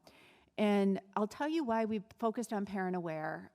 We got a lot of our learning out of actually the state of Louisiana, and they had paired mental health consultation with those programs that were 4-star rated in their quality rating system. We actually love the idea of mental health consultation not being like a clinical service for just children at the top of the pyramid, but really focusing on quality across the board. And so we love the idea of partnering with Parent Aware. We're not focused on 4 stars, we start at the beginning. So even those that are starting to build quality, like they're interested in getting their stars, but they don't have their stars yet, they qualify for mental health consultation all the way up through all the star ratings. One of the things that we ensured is that all of our consultants were in the Parent Aware system, so the consulting that they provided and the training they provided actually counted for those staff to get the higher up the career lattice. So we wanted it to count for credit is kind of how I describe it. We want everything to count for credit. And as I said earlier, the majority of our consultation right now, I want to say about 2/3 is provided to family child care across the state. And then I have my little citation there of the article that was sent to me about how we are #1 in the nation for family childcare, especially in rural communities. This one is also, I'm sorry, it's so dense, and I was going to say my slides are absolutely, you can have them, so you don't have to write this down. But I thought research is helpful. I'm a psychologist, and so research matters to me. So, like, why are we doing what we're doing, and what does the national research tell us about why we would do mental health consultation? What we know about it is, one, it reduces staff turnover and burnout. And so we have issues right now with childcare staff leaving the field. We know they don't get paid well, and we need them to stay there because we know for young children, the more disruptions of primary caregivers they have, and I will put childcare providers as an important caregiver, the more hurtful it is for children's mental health. So and we want to keep people in the field. So there's like a number of reasons why we would want to do it. Mental health consultation prevents burnout and staff leaving the field. It also decreases mental health symptoms. There's actually what we call a randomized clinical control trial where they looked at children getting mental health consultation and children not, and they used a standardized mental health assessment that's pretty well known and used, and they found out that children that got mental health consultation had reduced mental health symptoms than the children who didn't. And I want to say why I think this is important is that services were never directly touching the children that was going through their teachers. So you can change mental health symptoms in children by holding those adults who are holding our children, not by intervening directly on the children. Does that make sense? And so that's what that study showed us. It reduces the educational disparities of children of color. There's been a really robust study done out of the state of Arizona where they were looking, they've done a longitudinal study, and they actually have a $5 million in their budget just for evaluation. It's kind of exciting for them. And what they found is that when they were focusing specifically, they asked teachers who were worried about a particular child that they thought they might need to discharge or that child had some troubling behavior. They had the teacher fill out an assessment prior to consultation and post-consultation, and what they found is that the children of color were really low on this particular developmental assessment when they started, and then by the time that the consultation ended, they surpassed their white peers. And again, I want to emphasize that the children were never directly intervened with. The teachers were got the intervention. And so I want to say that what a lovely opportunity to change some of the dynamics we have around racial disparities. And as was said earlier, we have some of the largest racial disparities in the nation. And it's not necessarily about the children, it's about the whole system and how are we holding the whole system. It also has been proven to show a reduction of expulsion and suspension in childcare. And I don't know if you all remember the study that Walter Gilliam did a gazillion years ago, where he found that children were kicked out of childcare four times at a higher rate than any other age range, including all the way through high school. They are expelled at higher rates than any other age range. Mental health consultation reduces that. And that's the symptom is the expulsion, the cure is the consultation. Again, supporting the teachers in that system. And then the other things we just know is that it also increases just staff feeling competent in addressing things like trauma in their sites, in holding families that are having a lot of their own struggles, and really in their own mental health, holding those families with their own mental health conditions.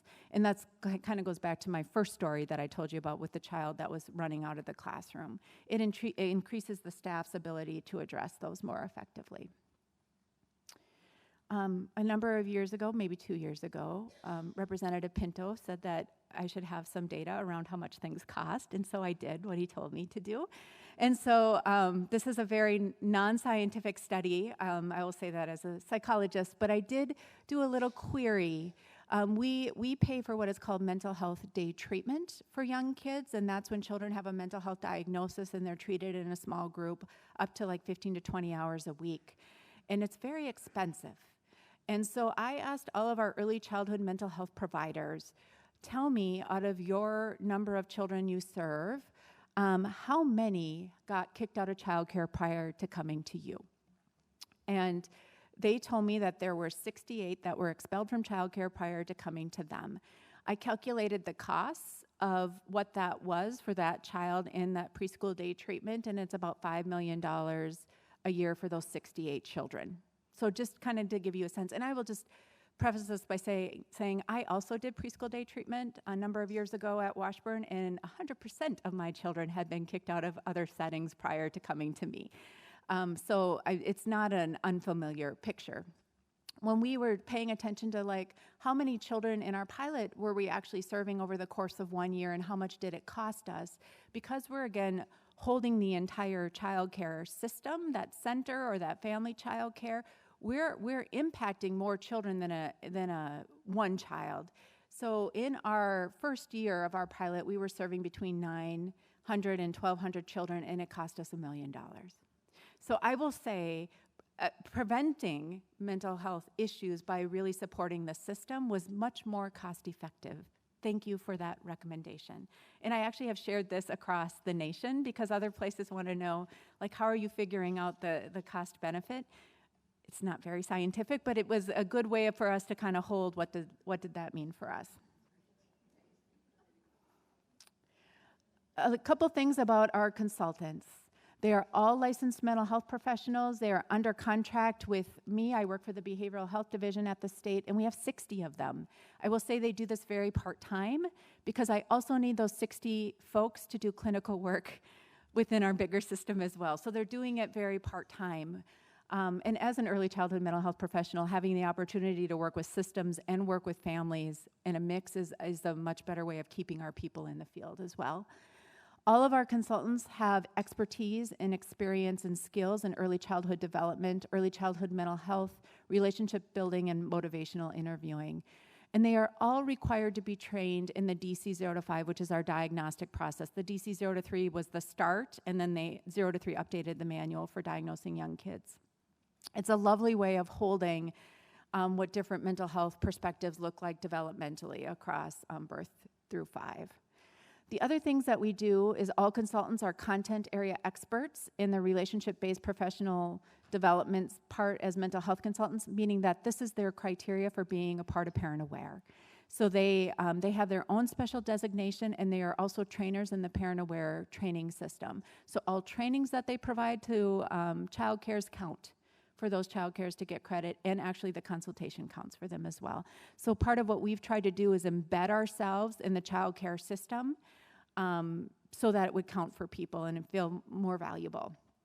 And then by 2020, all of our consultants will hold infant mental health endorsement at level 3 or 4.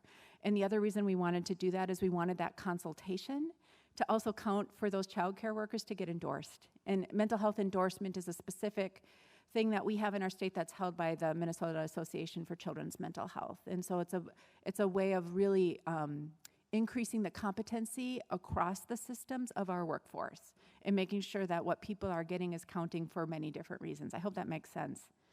It's a lot of lingo, I'm sorry. People often ask me, how are they trained? How are our consultants trained? They get 100 hours of training on what consultation is.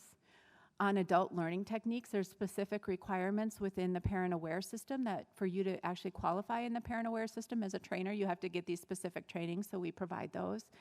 And then how to implement the trainings. The other things is that we have been extremely intentional about thinking about implicit bias and racism in this state, mostly because, one, we should all be thinking about that, but two, because Minnesota struggles with a lot of disparities. And so we need to really think about how do we impact that. One of the things that we know is that you can't give something you don't get. And so we really focus with our consultants on let's look at ourselves. We are all a part of the system. How are we thinking about prejudice? How do we know where we come from? What is our perspective? How can you hold somebody else's perspective if you don't know your own? And so we've been doing some very intentional trainings on reducing implicit bias with our consultants.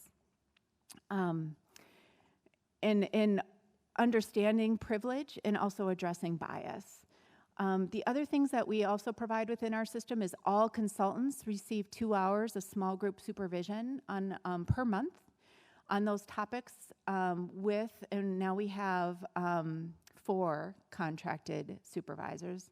I said 3, but we have 4 now. We added Judy Woods.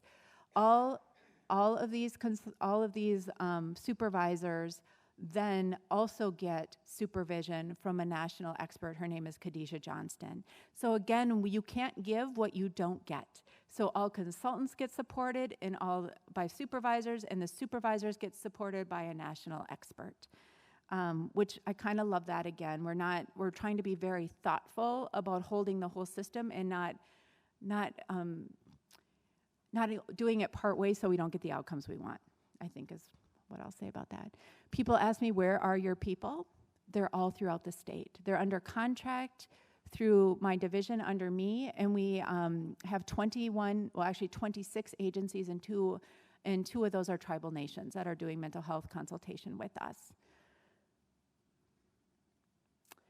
And then one of the questions that kept coming up is, how do we know it works? And I am a strong believer that we shouldn't do something that we don't know works. We have national research, but we always want to know, is what we're doing actually changing the system? And so we are doing 2 things. Dr. Carlson is actually replicating the Walter Gilliam study to find out who's getting kicked out of childcare and what supports do childcares need, so that we can be much more thoughtful with them, and we'll hopefully have that data later this year.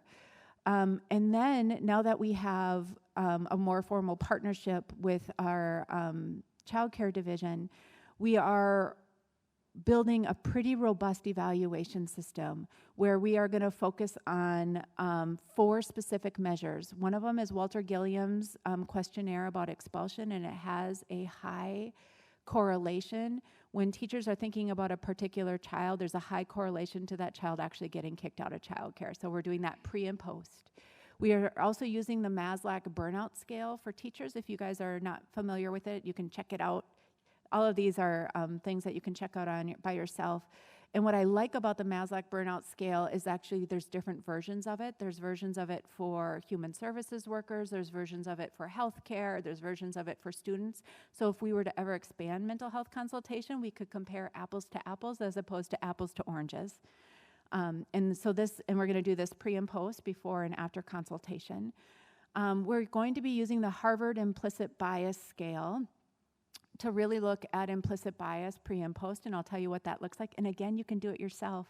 Actually, I did it myself, and then I made my family do it, and then I made my bosses do it at the state. So feel free.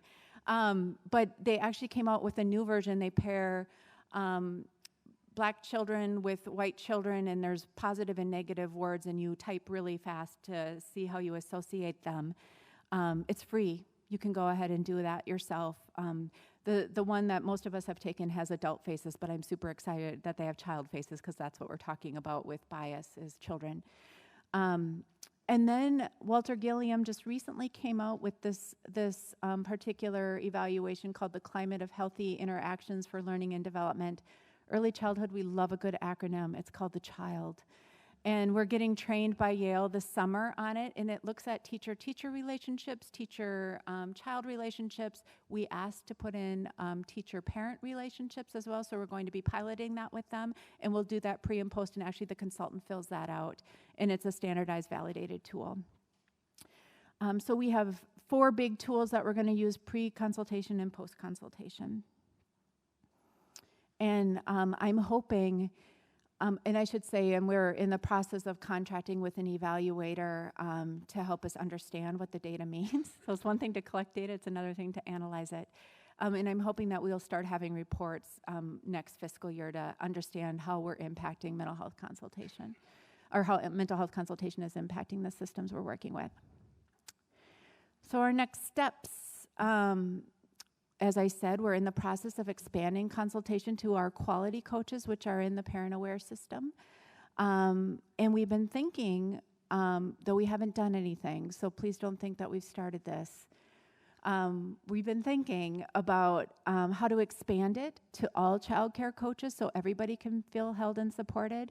We've been thinking about child welfare. As you know, a number of our children in the child welfare system, especially with the opioid epidemic, are under the age of 5. And those cases are really, really stressful for staff. And how do we hold those child welfare staff so that they are doing good work with our families when their jobs are really so stressful? We've been thinking, not doing anything yet, but thinking about Part C and Part B 619 in the education system. Again, a lot of them are holding families that have a lot of distress, and we want to make sure that they're being supported and held in their work. And then we've been talking with our public health partners. They currently get reflective supervision at the local level, and we've been talking with them about how do we think about this on a bigger scale in a more systemic way. Again, we've not done any of this yet, but these are the things that we've been processing. And one of the reasons we wanted to think about the MASLAC, because it can go across so many systems. Other states have been thinking about providing mental health consultation actually in primary care, in NICUs, in those places. So who knows? We might see where it leads us. And then the other thing that we're going to be doing, not just thinking about, is really building an advisory committee to guide our work. It's been a small group of us working on this, and I think now that have a little bit more stable funding and we'll start to get better outcome data about what we're trying to do, we need really somebody or a group to help us steer this ship. And so certainly we're focusing on things like equity and burnout, and part of what we're also really thinking about is how to get families who might have experienced expulsion out of childcare or other systems to be a part of that advisory committee. So that's where we're headed. I'm hoping that advisory committee starts to get formed in the next 2 or 3 months. Gosh, and that's it. So I have time for questions. I guess I didn't need a whole hour.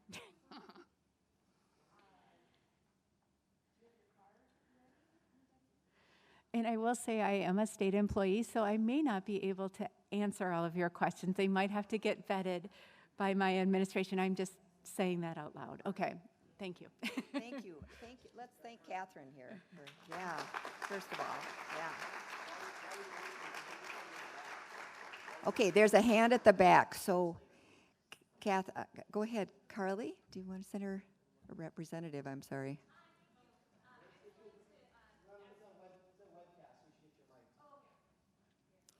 CISA is on the way. Okay. I want to say something about what you've done.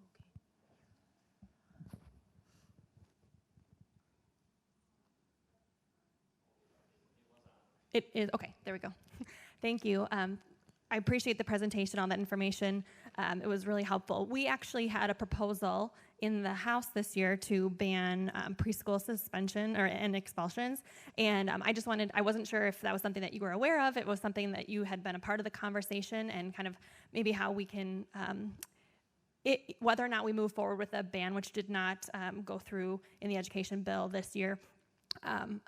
Is this something that could be implemented in process, and how we might be able to link these two things? Because if the kids aren't getting help, whether they're staying in school and not being expelled or suspended, it's truly just being in the building isn't going to impact their mental health, the classroom atmosphere, the teachers' burnout, those types of things. So I just was really curious how you think we might be able to connect these two issues.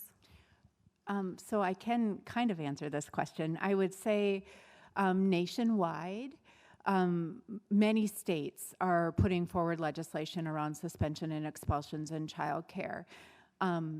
The one thing to think about is you can't just have that as a rule without a way to better support. And so what most states are doing are putting money in for mental health consultation, because actually that's the one thing that has been proven to work to reduce that. As I was saying earlier, though, what makes the most sense kind of systemically is the prevention aspect of mental health consultation. So if sites can get it before they start to feel like they're in a crisis mode, that's so much better. So I think the policy around suspension and expulsion has to go hand in hand with the solution, which would be mental health consultation, according to national research, not just what I hope and dream for. So yes. Thank you so much. Yep. I appreciate that. Okay, go ahead, and then I've got a question from the audience. Mine's kind of a question, but it's actually a suggestion. Can the state expand mental health consultation by helping current CTSS providers offer these services as an extension of the work that skills workers are doing in their interventions, especially because they already have the relationship with the children and the families? So what I will say is CTS, so again, well, here's a couple things I'll say just from the literature and my own experience as a mental health professional. This kind of work is work that mental health professionals, they're not ready right when they graduate from school to do it. They need a lot of experience. So it's different than an intervention with the family. It's holding a whole bunch of other people and using kind of therapeutic interventions. So I would say for skills workers, I'm not sure that they, what the research is showing us is that they're actually, if they're not licensed mental health professionals, there's no research to show that that's actually effective. So I want to say that.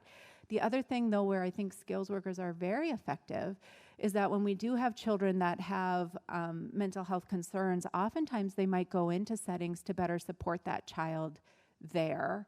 And that's absolutely a good use of the skills-based services for young children. The majority, I will say, of the evidence, actually all of the evidence shows that the best interventions for young children are family-based, not individual-based. And so we would want to be holding parents as well as a part of that process.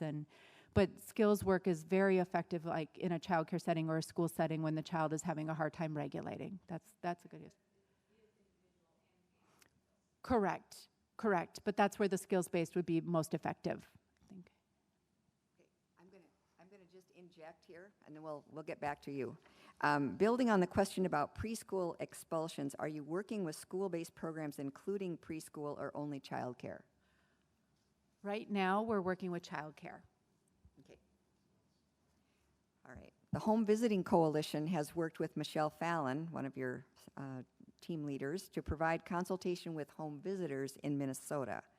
Could you share some of the positive outcomes beyond the teacher-child relationship? So I don't know the literature of what's been happening or the outcomes of what's been happening with home visitors. I see Dawn is there though. I don't, because that's not a system that we've been systemically doing mental health consultation with. There is national literature on mental health consultation, I believe, with home visitors. I'm just not super smart about it. I've got, can you speak to the opportunity to offer this training or resources to family, friend, and neighbor providers? That's always such a good question because how do we find them? And how are they organized, or are they organized? Some of the things that I actually have available in the contracts that I have with my mental health agencies is they can do community outreach meetings with their communities. They all are located in community. They're not like all located in the Twin Cities. And so some sites have thought about how do we bring in families or community members across different places and do a training. And those are some of the ways that we could think about it. Outside of that, I don't think we've had a whole lot of ideas, and I'd be curious about what you think about ideas about how to organize it in a way with folks who might not be as organized. I don't know. I'm open to ideas. Okay. Well, one question leads to another, as they say. So, and there'll be more dialogue. So here's another one. How is the agency, that means DHS, expanding and developing collaboration with community-based organizations? One such organization providing trauma-informed childcare and co-located with mental health clinicians in schools, Head Start and public schools, has had its budget for mental health services cut in half for 2016 to 2019. This organization is a trusted member of the community, providing Ojibwe and Dakota language immersion childcare, 4-star rated with phenomenal outcomes. So this is, I don't know if you don't know about it, I think I would just invite whoever put in the question to be sure we talk, but do you have something to add? I don't know that specific program, but certainly that program would be eligible for mental health consultation. So I guess that's all, I don't know. Okay. I know the focus here is early childhood, but is there mental health consultation available for the public schools and elementary level? I shouldn't say. Okay, I will. So that would be my dream. Oh my gosh, wouldn't that be so lovely to have mental health consultation from birth to graduation? That's all I could say about that. Well, I think this is, I don't think we've got one more person in the audience, so let's hear from you, Steve. I come from a healthcare background, and I'm wondering how the mental health consultation program connects with pediatricians' offices, family medicine offices, and whether or not they might not be one of the places where you could find out about the family health care or the family care providers. Because I think maybe the problems occasionally show up in the pediatrician's office or the physician's office. That's a complicated question, and I'm going to see if I can try to maybe try to answer it. So we haven't provided mental health consultation to primary care providers. I'll just say that. There's some states that have thought about that. We haven't. But one of the opportunities I think we have with primary care is that the majority of our consultants actually work in community mental health agencies that are doing clinical work with young children and families. And one of the things we require when you do an assessment with a young child is that you absolutely have to loop back with the primary care provider, physician, or nurse practice, because they hold, with parent permission, they hold information that we don't hold, and we need to make sure we're in a feedback loop. Often clinically, I have found that children have been deaf or hard of hearing. They look autistic, but they're not. They're actually deaf or hard of hearing, and I've learned that from primary care. I've learned that the child has had extreme lead exposure that I would never have known, so that might explain some of what we're seeing. Or the child has asthma, and they're on albuterol, which has side effects that look like hyperactivity. So connecting back with primary care on a clinical level, absolutely, we require that when people are doing a good assessment. Systemically, have we thought about how we can do mental health consultation in that realm? No. And part of it is, I'll just be really honest, we have like a tiny pot of money that we're doing this with, and we're starting with childcare. Any expansion to other systems requires more funding. So I just wanted to say that out loud. Though I think we'd always be open to having conversations, and I appreciate the earlier points about how are we all teaming together so that there aren't 20,000 proposals coming to the legislature. Like, are they connected, and how do they work together to better support the whole system? I think that's really helpful.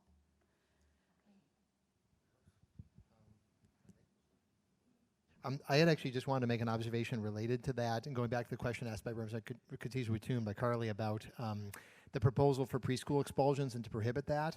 So we had a lot of discussion about whether that proposal should pass, and the thought that we really need to provide support to students, and support to children, to 4-year-olds in preschool program. I'm not aware of this being discussed at that time, and it didn't sound like, Catherine, that was something that was connected. You've been connected to child care work. So this makes kind of the broader point about 4-year-olds who happen to be in child care settings are connected to this and receiving this. 4-year-olds who are in district-based preschool settings, I guess, are not.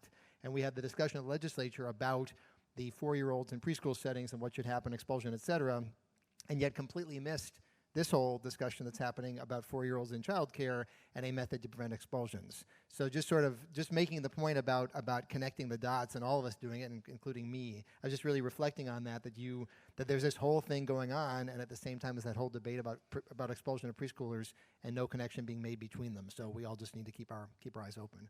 So thanks. And I think we're... Wow. Well, I want to thank Catherine and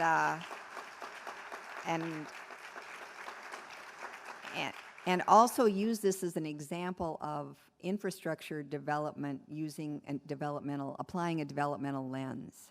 So in other words, you start with sort of this basic importance of attachment and relationship, and how do you help support that? And so I know it'll embarrass her, but I'd like Betty Carlson to stand up in the back, because this work really has been a collaboration I've watched over the years, and we've been extremely fortunate. So, okay, so onward. We are on track, and we might even, you never know, get done early, but no pressure. So, so I want to just at this moment invite up. Is Erin Bailey here? There you are. I'm sorry. The light gets to me. Thank you. Erin Bailey is the director of the Children's Cabinet. Welcome. Thanks. Yeah. And I'll click your... Thank you. I had these visions of hiding in the back and sort of jumping out when she called for me. But thank you so much, everyone, for inviting me to come and provide an update on the Children's Cabinet. I am delighted to be here among so many friends and excited about the work that we heard about this morning and looking forward to working together with everyone moving forward. We'll see if I can... So you threw me off, Jane, with the different backdrop format of the slides. So looks great. Yeah, great. So a brief kind of update on where we are since last we got together. The Children's Cabinet has been working hard to redesign, reevaluate how does the governor use this cross-agency body in Minnesota to drive forward an agenda for children. We have spent extensive time with the National Governors Association, had several convenings and technical assistance. I've been on the phone with executive directors from children's cabinets in other states over and over again, really learning from existing models about how do we do this work differently. I couldn't have asked for a better segue than Catherine and Chair Pinto talking about dot connecting and the importance of unified agendas, working together, really starting first with our state agencies. So you might hear some of this and have from Amanda and the preschool development grant work, but we've identified 44 reports since 2007 that have been written around children and families and how we, making concrete recommendations for how the state needs to do its work differently in different areas. And so we have spent time allowing that wisdom and expertise from families to sink in and drive how we think about this work moving forward. We have spent extensive time with commissioners and leadership across agencies, so I have met with 22 commissioners to talk about how do we center our work on children and families, what do you need, how do we get concrete about what that looks like, how do we serve as a tool for you to move forward your agenda for children and families and work together. And then meeting with all of you. So I should have counted just for fun the number of hours kind of sitting down in one-on-one conversations, forums that we've attended to listen and lift up. What are we hearing from you all and from families and from children about really where the state needs to be accountable for how it does its work differently and what sort of outcomes we want to see for children. And then lastly, I would say really digging into the data. Where do we have data? Where do we not have data? How are we linking data or not linking data? How could we look at that differently? How could we slice that for kids and families involved in systems? And how can we use that as a tool for accountability in our systems and for lifting up and advocating for what needs to be different for children and families in Minnesota? A children's cabinet is truly about what most states have done and how the governor wants to use the body here is how do we align people, data, money, and policy around children. And I would say that in a large governance sense. So what you are going to see in our children's cabinet is broader agency participation. We're gonna follow the statute, which includes about 9 agencies, plus invite many more to the table. Our executive order, which I'll talk about in a second, you'll see essentially every agency being invited and asked to be at the table with the exception of Veterans Affairs, who doesn't have specific programs that touch children and families. So we've got a large group of folks that we're working to be putting together action items about how we work together. And what that means in terms of strategies for us of aligning those systems is convening leaders, aligning existing cross-agency work, linking data. Second, how do we promote accountability and action? So where do we get really concrete in a couple areas for building a cross-agency muscle of working together? And how do we set some public goals that we want to be accountable to and how we're going to do that work differently? And then lastly, how do we use this body to build collective policy agendas and perhaps even collective budget agendas moving. Many states have done that. So for those of you that might be familiar with children's cabinets in other states, New Mexico, for instance, has every year releases a very robust children's budget, really detailed programs across the administration. So potentially that is something that the cabinet would look to. And so part of our role in beginning to convene this cabinet is to lift up examples and models of how they can work together and what that will look like.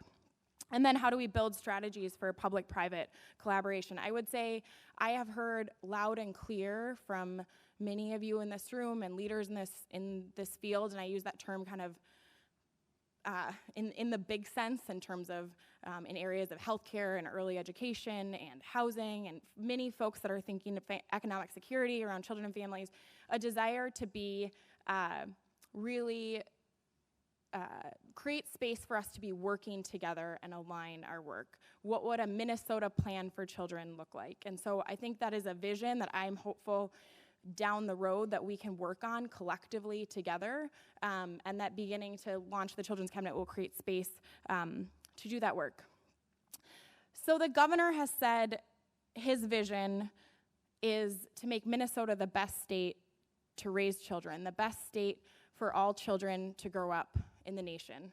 And that's for each and every child, regardless of race and regardless of zip code. And so living out that vision, what does that look like for us, and what does that look like for the Children's Cabinet? So he has said that he truly wants a government centered on children. So I have spent, and the team has spent time with these agencies, spent time with commissioners to say, as you're building your action plans, as you're building your strategic vision for this agency, we want its effect on children to be a lens that you're taking and a priority that you're thinking about in all of your work. For some of them, I would just, it might be a little bit of a stretch, but we're working on them. And how do we think about these issues as a whole family approach? We have really heard loud and clear, I have, from families and from the data that we have, that the success of children is so dependent on the success of their parents, their grandparents, their guardians, the homes and communities in which they're living in. And I think Amanda can speak to this in terms of what we're hearing from the community needs assessment in the preschool development grant, that economic stability of families is so closely tied. And so how do we approach these issues from a whole family approach and bring the agencies along in that work? And then, as I said, to get really kind of concrete in a few areas, utilizing results-based accountability from day one. How do we ensure a healthy start for children? What would access to affordable quality early education and childcare look like? Mental health and well-being being a key priority for us. And then lastly, housing and stability. And those are sort of the initial early priorities that you're gonna see. I would say we think of these in a very cross-agency focused manner. The governor is incredibly passionate about children's mental health for a lot of reasons, one of which because he was a teacher for most of his career, and the number one retention issue for teachers is not being able to meet the mental health needs of their students. So when we think about each of these issues and the intersection, we're holding that very core to how we're doing and approaching our work. So what comes next? I just wanted to share kind of a few highlights of what I think of as early successes. So every policy that's coming across the governor's desk that agencies are lifting up as a policy to bring forward in his package next year will be evaluated for its impact on children. So we worked through that process to infiltrate existing processes of how the government develops its policy agendas, how the governor approves those, to ensure that there's a children and families lens on all of that work. Worked on broad agency leadership engagement. So, like I said, spending lots of times with commissioners together and individually, and beginning to lay the groundwork for what that convening and pulling them together looks like. And beginning to think about the cabinet as a central governance structure. So this is kind of a perfect segue to introducing Amanda here in a second, but we've got lots of cross-agency work happening across the administration. And how do we use these as tools that are helping us achieve a central strategy and work collectively so that we are moving farther, faster? And then, as I said, really, the governor has said, I expect children to be a center of the work, and I expect cross-agency action. And so we feel really proud of that, the framework that's been laid in terms of how we're going to approach the next 3.5 years of this administration. So we're going to issue an executive order that is going to relaunch the cabinet. I have August 7th on here, but as you know, in my life, things change often. So what I'm going to do is send out an update to Jane that can go out to this group around the day that the executive order will be issued. It may be that day. It's possible that there might be slight shifting in that. The governor and lieutenant governor are very excited about that and both want to be there. And we want that event to be an event that stakeholders are invited, you all are invited to be there while he issues the executive order. And so I'm gonna get that date and process out to you. What will happen for sure on August 7th is the first convening of commissioners. So coming together to begin to exercise this muscle and get the work started with the commissioners all together in the room. I have no time left, but if Jane will give me 1 minute, I'll take a question or two if there are any.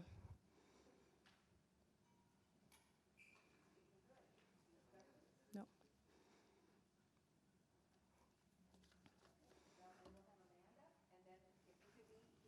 I'll be right here.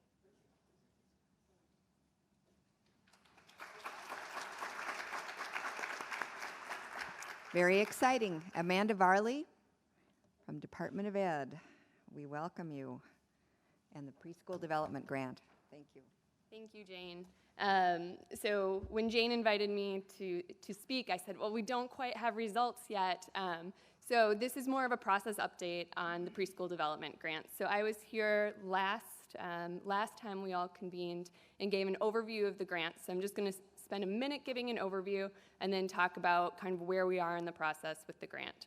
So how I like to start talking about the Preschool Development Grant is that the name can be a bit confusing because it's actually a partnership between the Departments of Health, Education, Human Services, and the Children's Cabinet, and it's prenatal through age 5.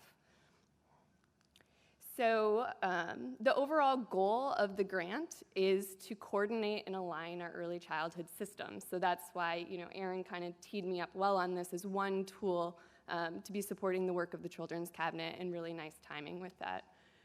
The goals specifically laid out within the Preschool Development Grant from the feds is maximizing parental choice, improving transitions, and also improving the overall quality of early childhood programs. We built on the vision from the early childhood systems reform work, which is when we're focusing on children who are facing racial, geographic, and economic inequities, all children and families thrive. So you heard that vision shared earlier this morning as well. And so it is a planning grant, so it is a 1-year planning grant. 45 states and territories were awarded the grant. It started December 31st, 2018, and goes through December 30th, 2019. We received $4.7 million. On September 2nd, this is the latest information we have. I'll put a caveat to that in a second. On September 2nd, the grant application will open for renewal grants, and that will be a 3-year grant opportunity, and it will close November 1st. 2 weeks ago, the feds released a forecast that said that they were going to have a total of 20 awards out of those 45. 10 would be for states who are continuing to work on their needs assessment and strategic plan process, and 10 would be for states who have completed their strategic plan and needs assessment process. The big caveat on this is that on Wednesday we had a conversation with our federal program officer to say to expect a change in direction next week. So we will see what that means. I am as curious as you all now are about it. So a little cliffhanger there. But what's posted on the federal grant right now, it is kind of the same parameters for the renewal grant, where it's focusing on coordinating systems, easing navigation for families, and with highlighting transitions, access to quality, and those things. So you can also be clicking and refreshing that federal grants page next week. The product that's coming out of this grant is a strategic plan. And there are a number of activities that are happening as part of the grant that are going to support that strategic plan. So one of them is our community-based needs assessment. So I'll talk a little bit more about the community-based needs assessment, but then I want to provide you a bit of an update on the other activities that are happening. So just as a follow-up to Catherine's work, there is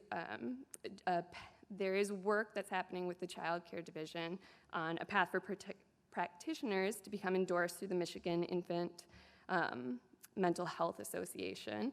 So just as an alignment there. We've also working on gathering information from stakeholders about transitions, stakeholders being parents, providers, on transitions from early childhood to kindergarten.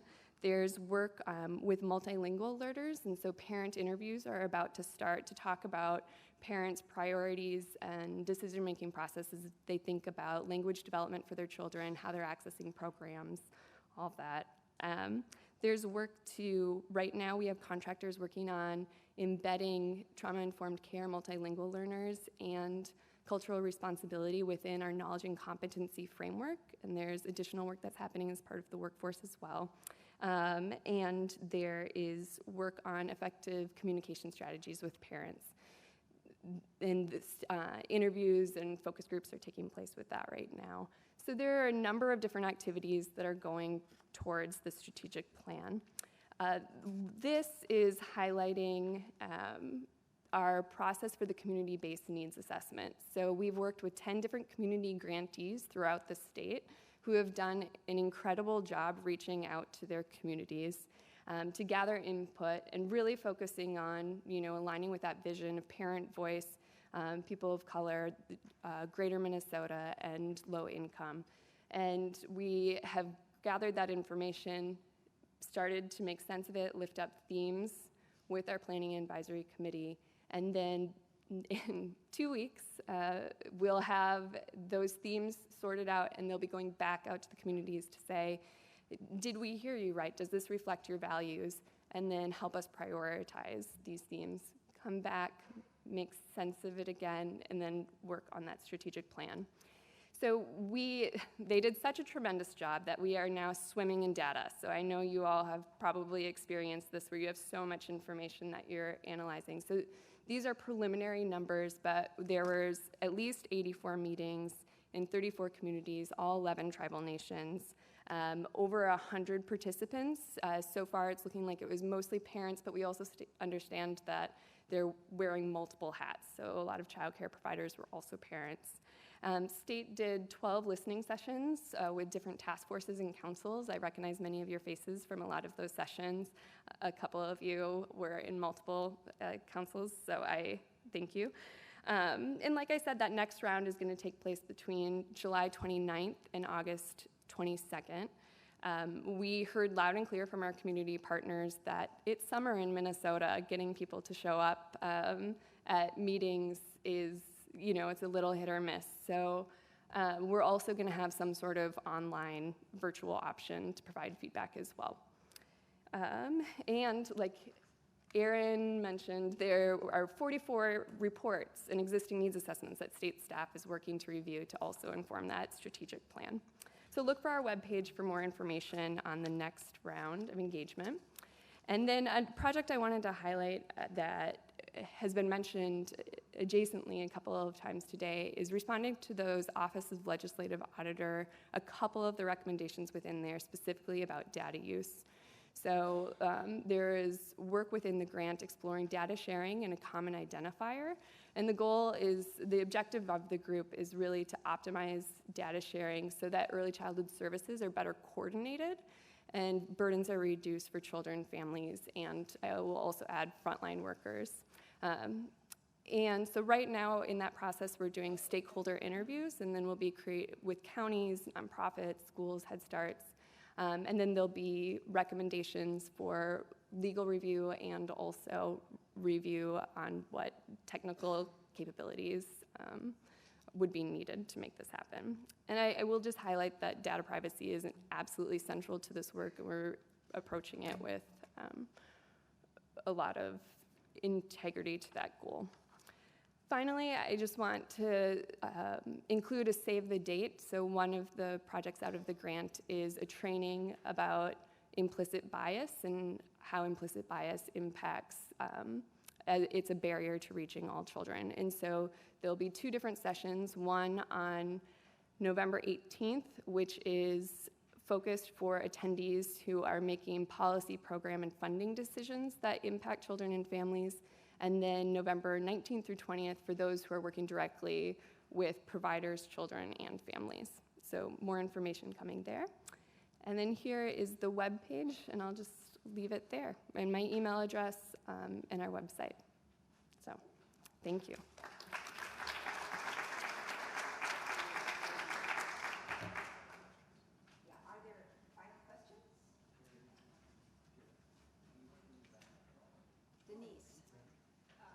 Denise, let's grab a microphone for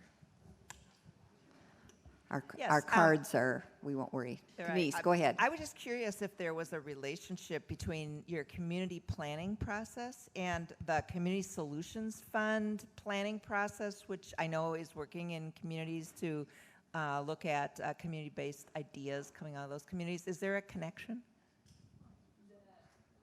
With the process of the Community Solutions Fund. Is that specifically the community solutions that passed this last legislative? So I had a note to follow up on where that is right now. Just the timing of it is very recent. So there will be. I will say we're being extremely intentional about who we're partnering with, and that's been one of the gifts of being the Children's Cabinet being a part of this as well. Department of Health is one of our core partners in this work, so yes. Okay. Point well taken.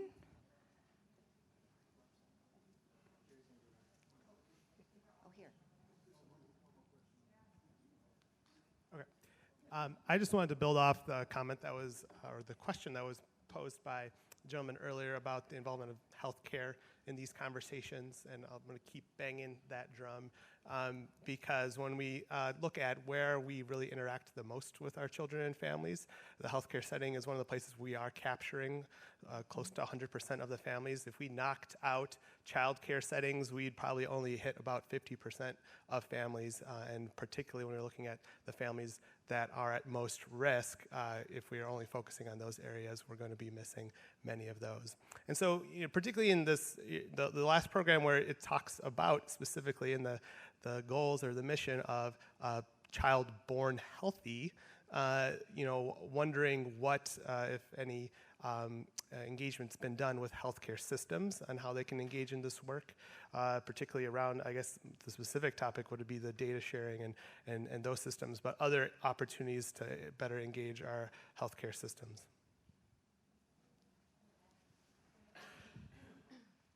So right now we are at the spot of stakeholder interviews and engagement in a lot of different ways, and so with this task forces that we've worked with for the preschool development grant that the state specifically did listening sessions with healthcare providers sit on several of those task forces. So we had input there. With stakeholder engagement around the data sharing, we've been interviewing some people about models that have happened in healthcare, but we have not yet, I can add it. If you have suggestions on who to talk to, I'm happy to do that. And yeah. We've engaged the Children's Cabinet with a lot of providers as we're sort of moving forward, but I think we should take it head on and do it together. You just nominated yourself, so. All right. That's a great outcome. Okay. I'm looking at the clock, and I'm thinking this is a moment we should head for wrap-up.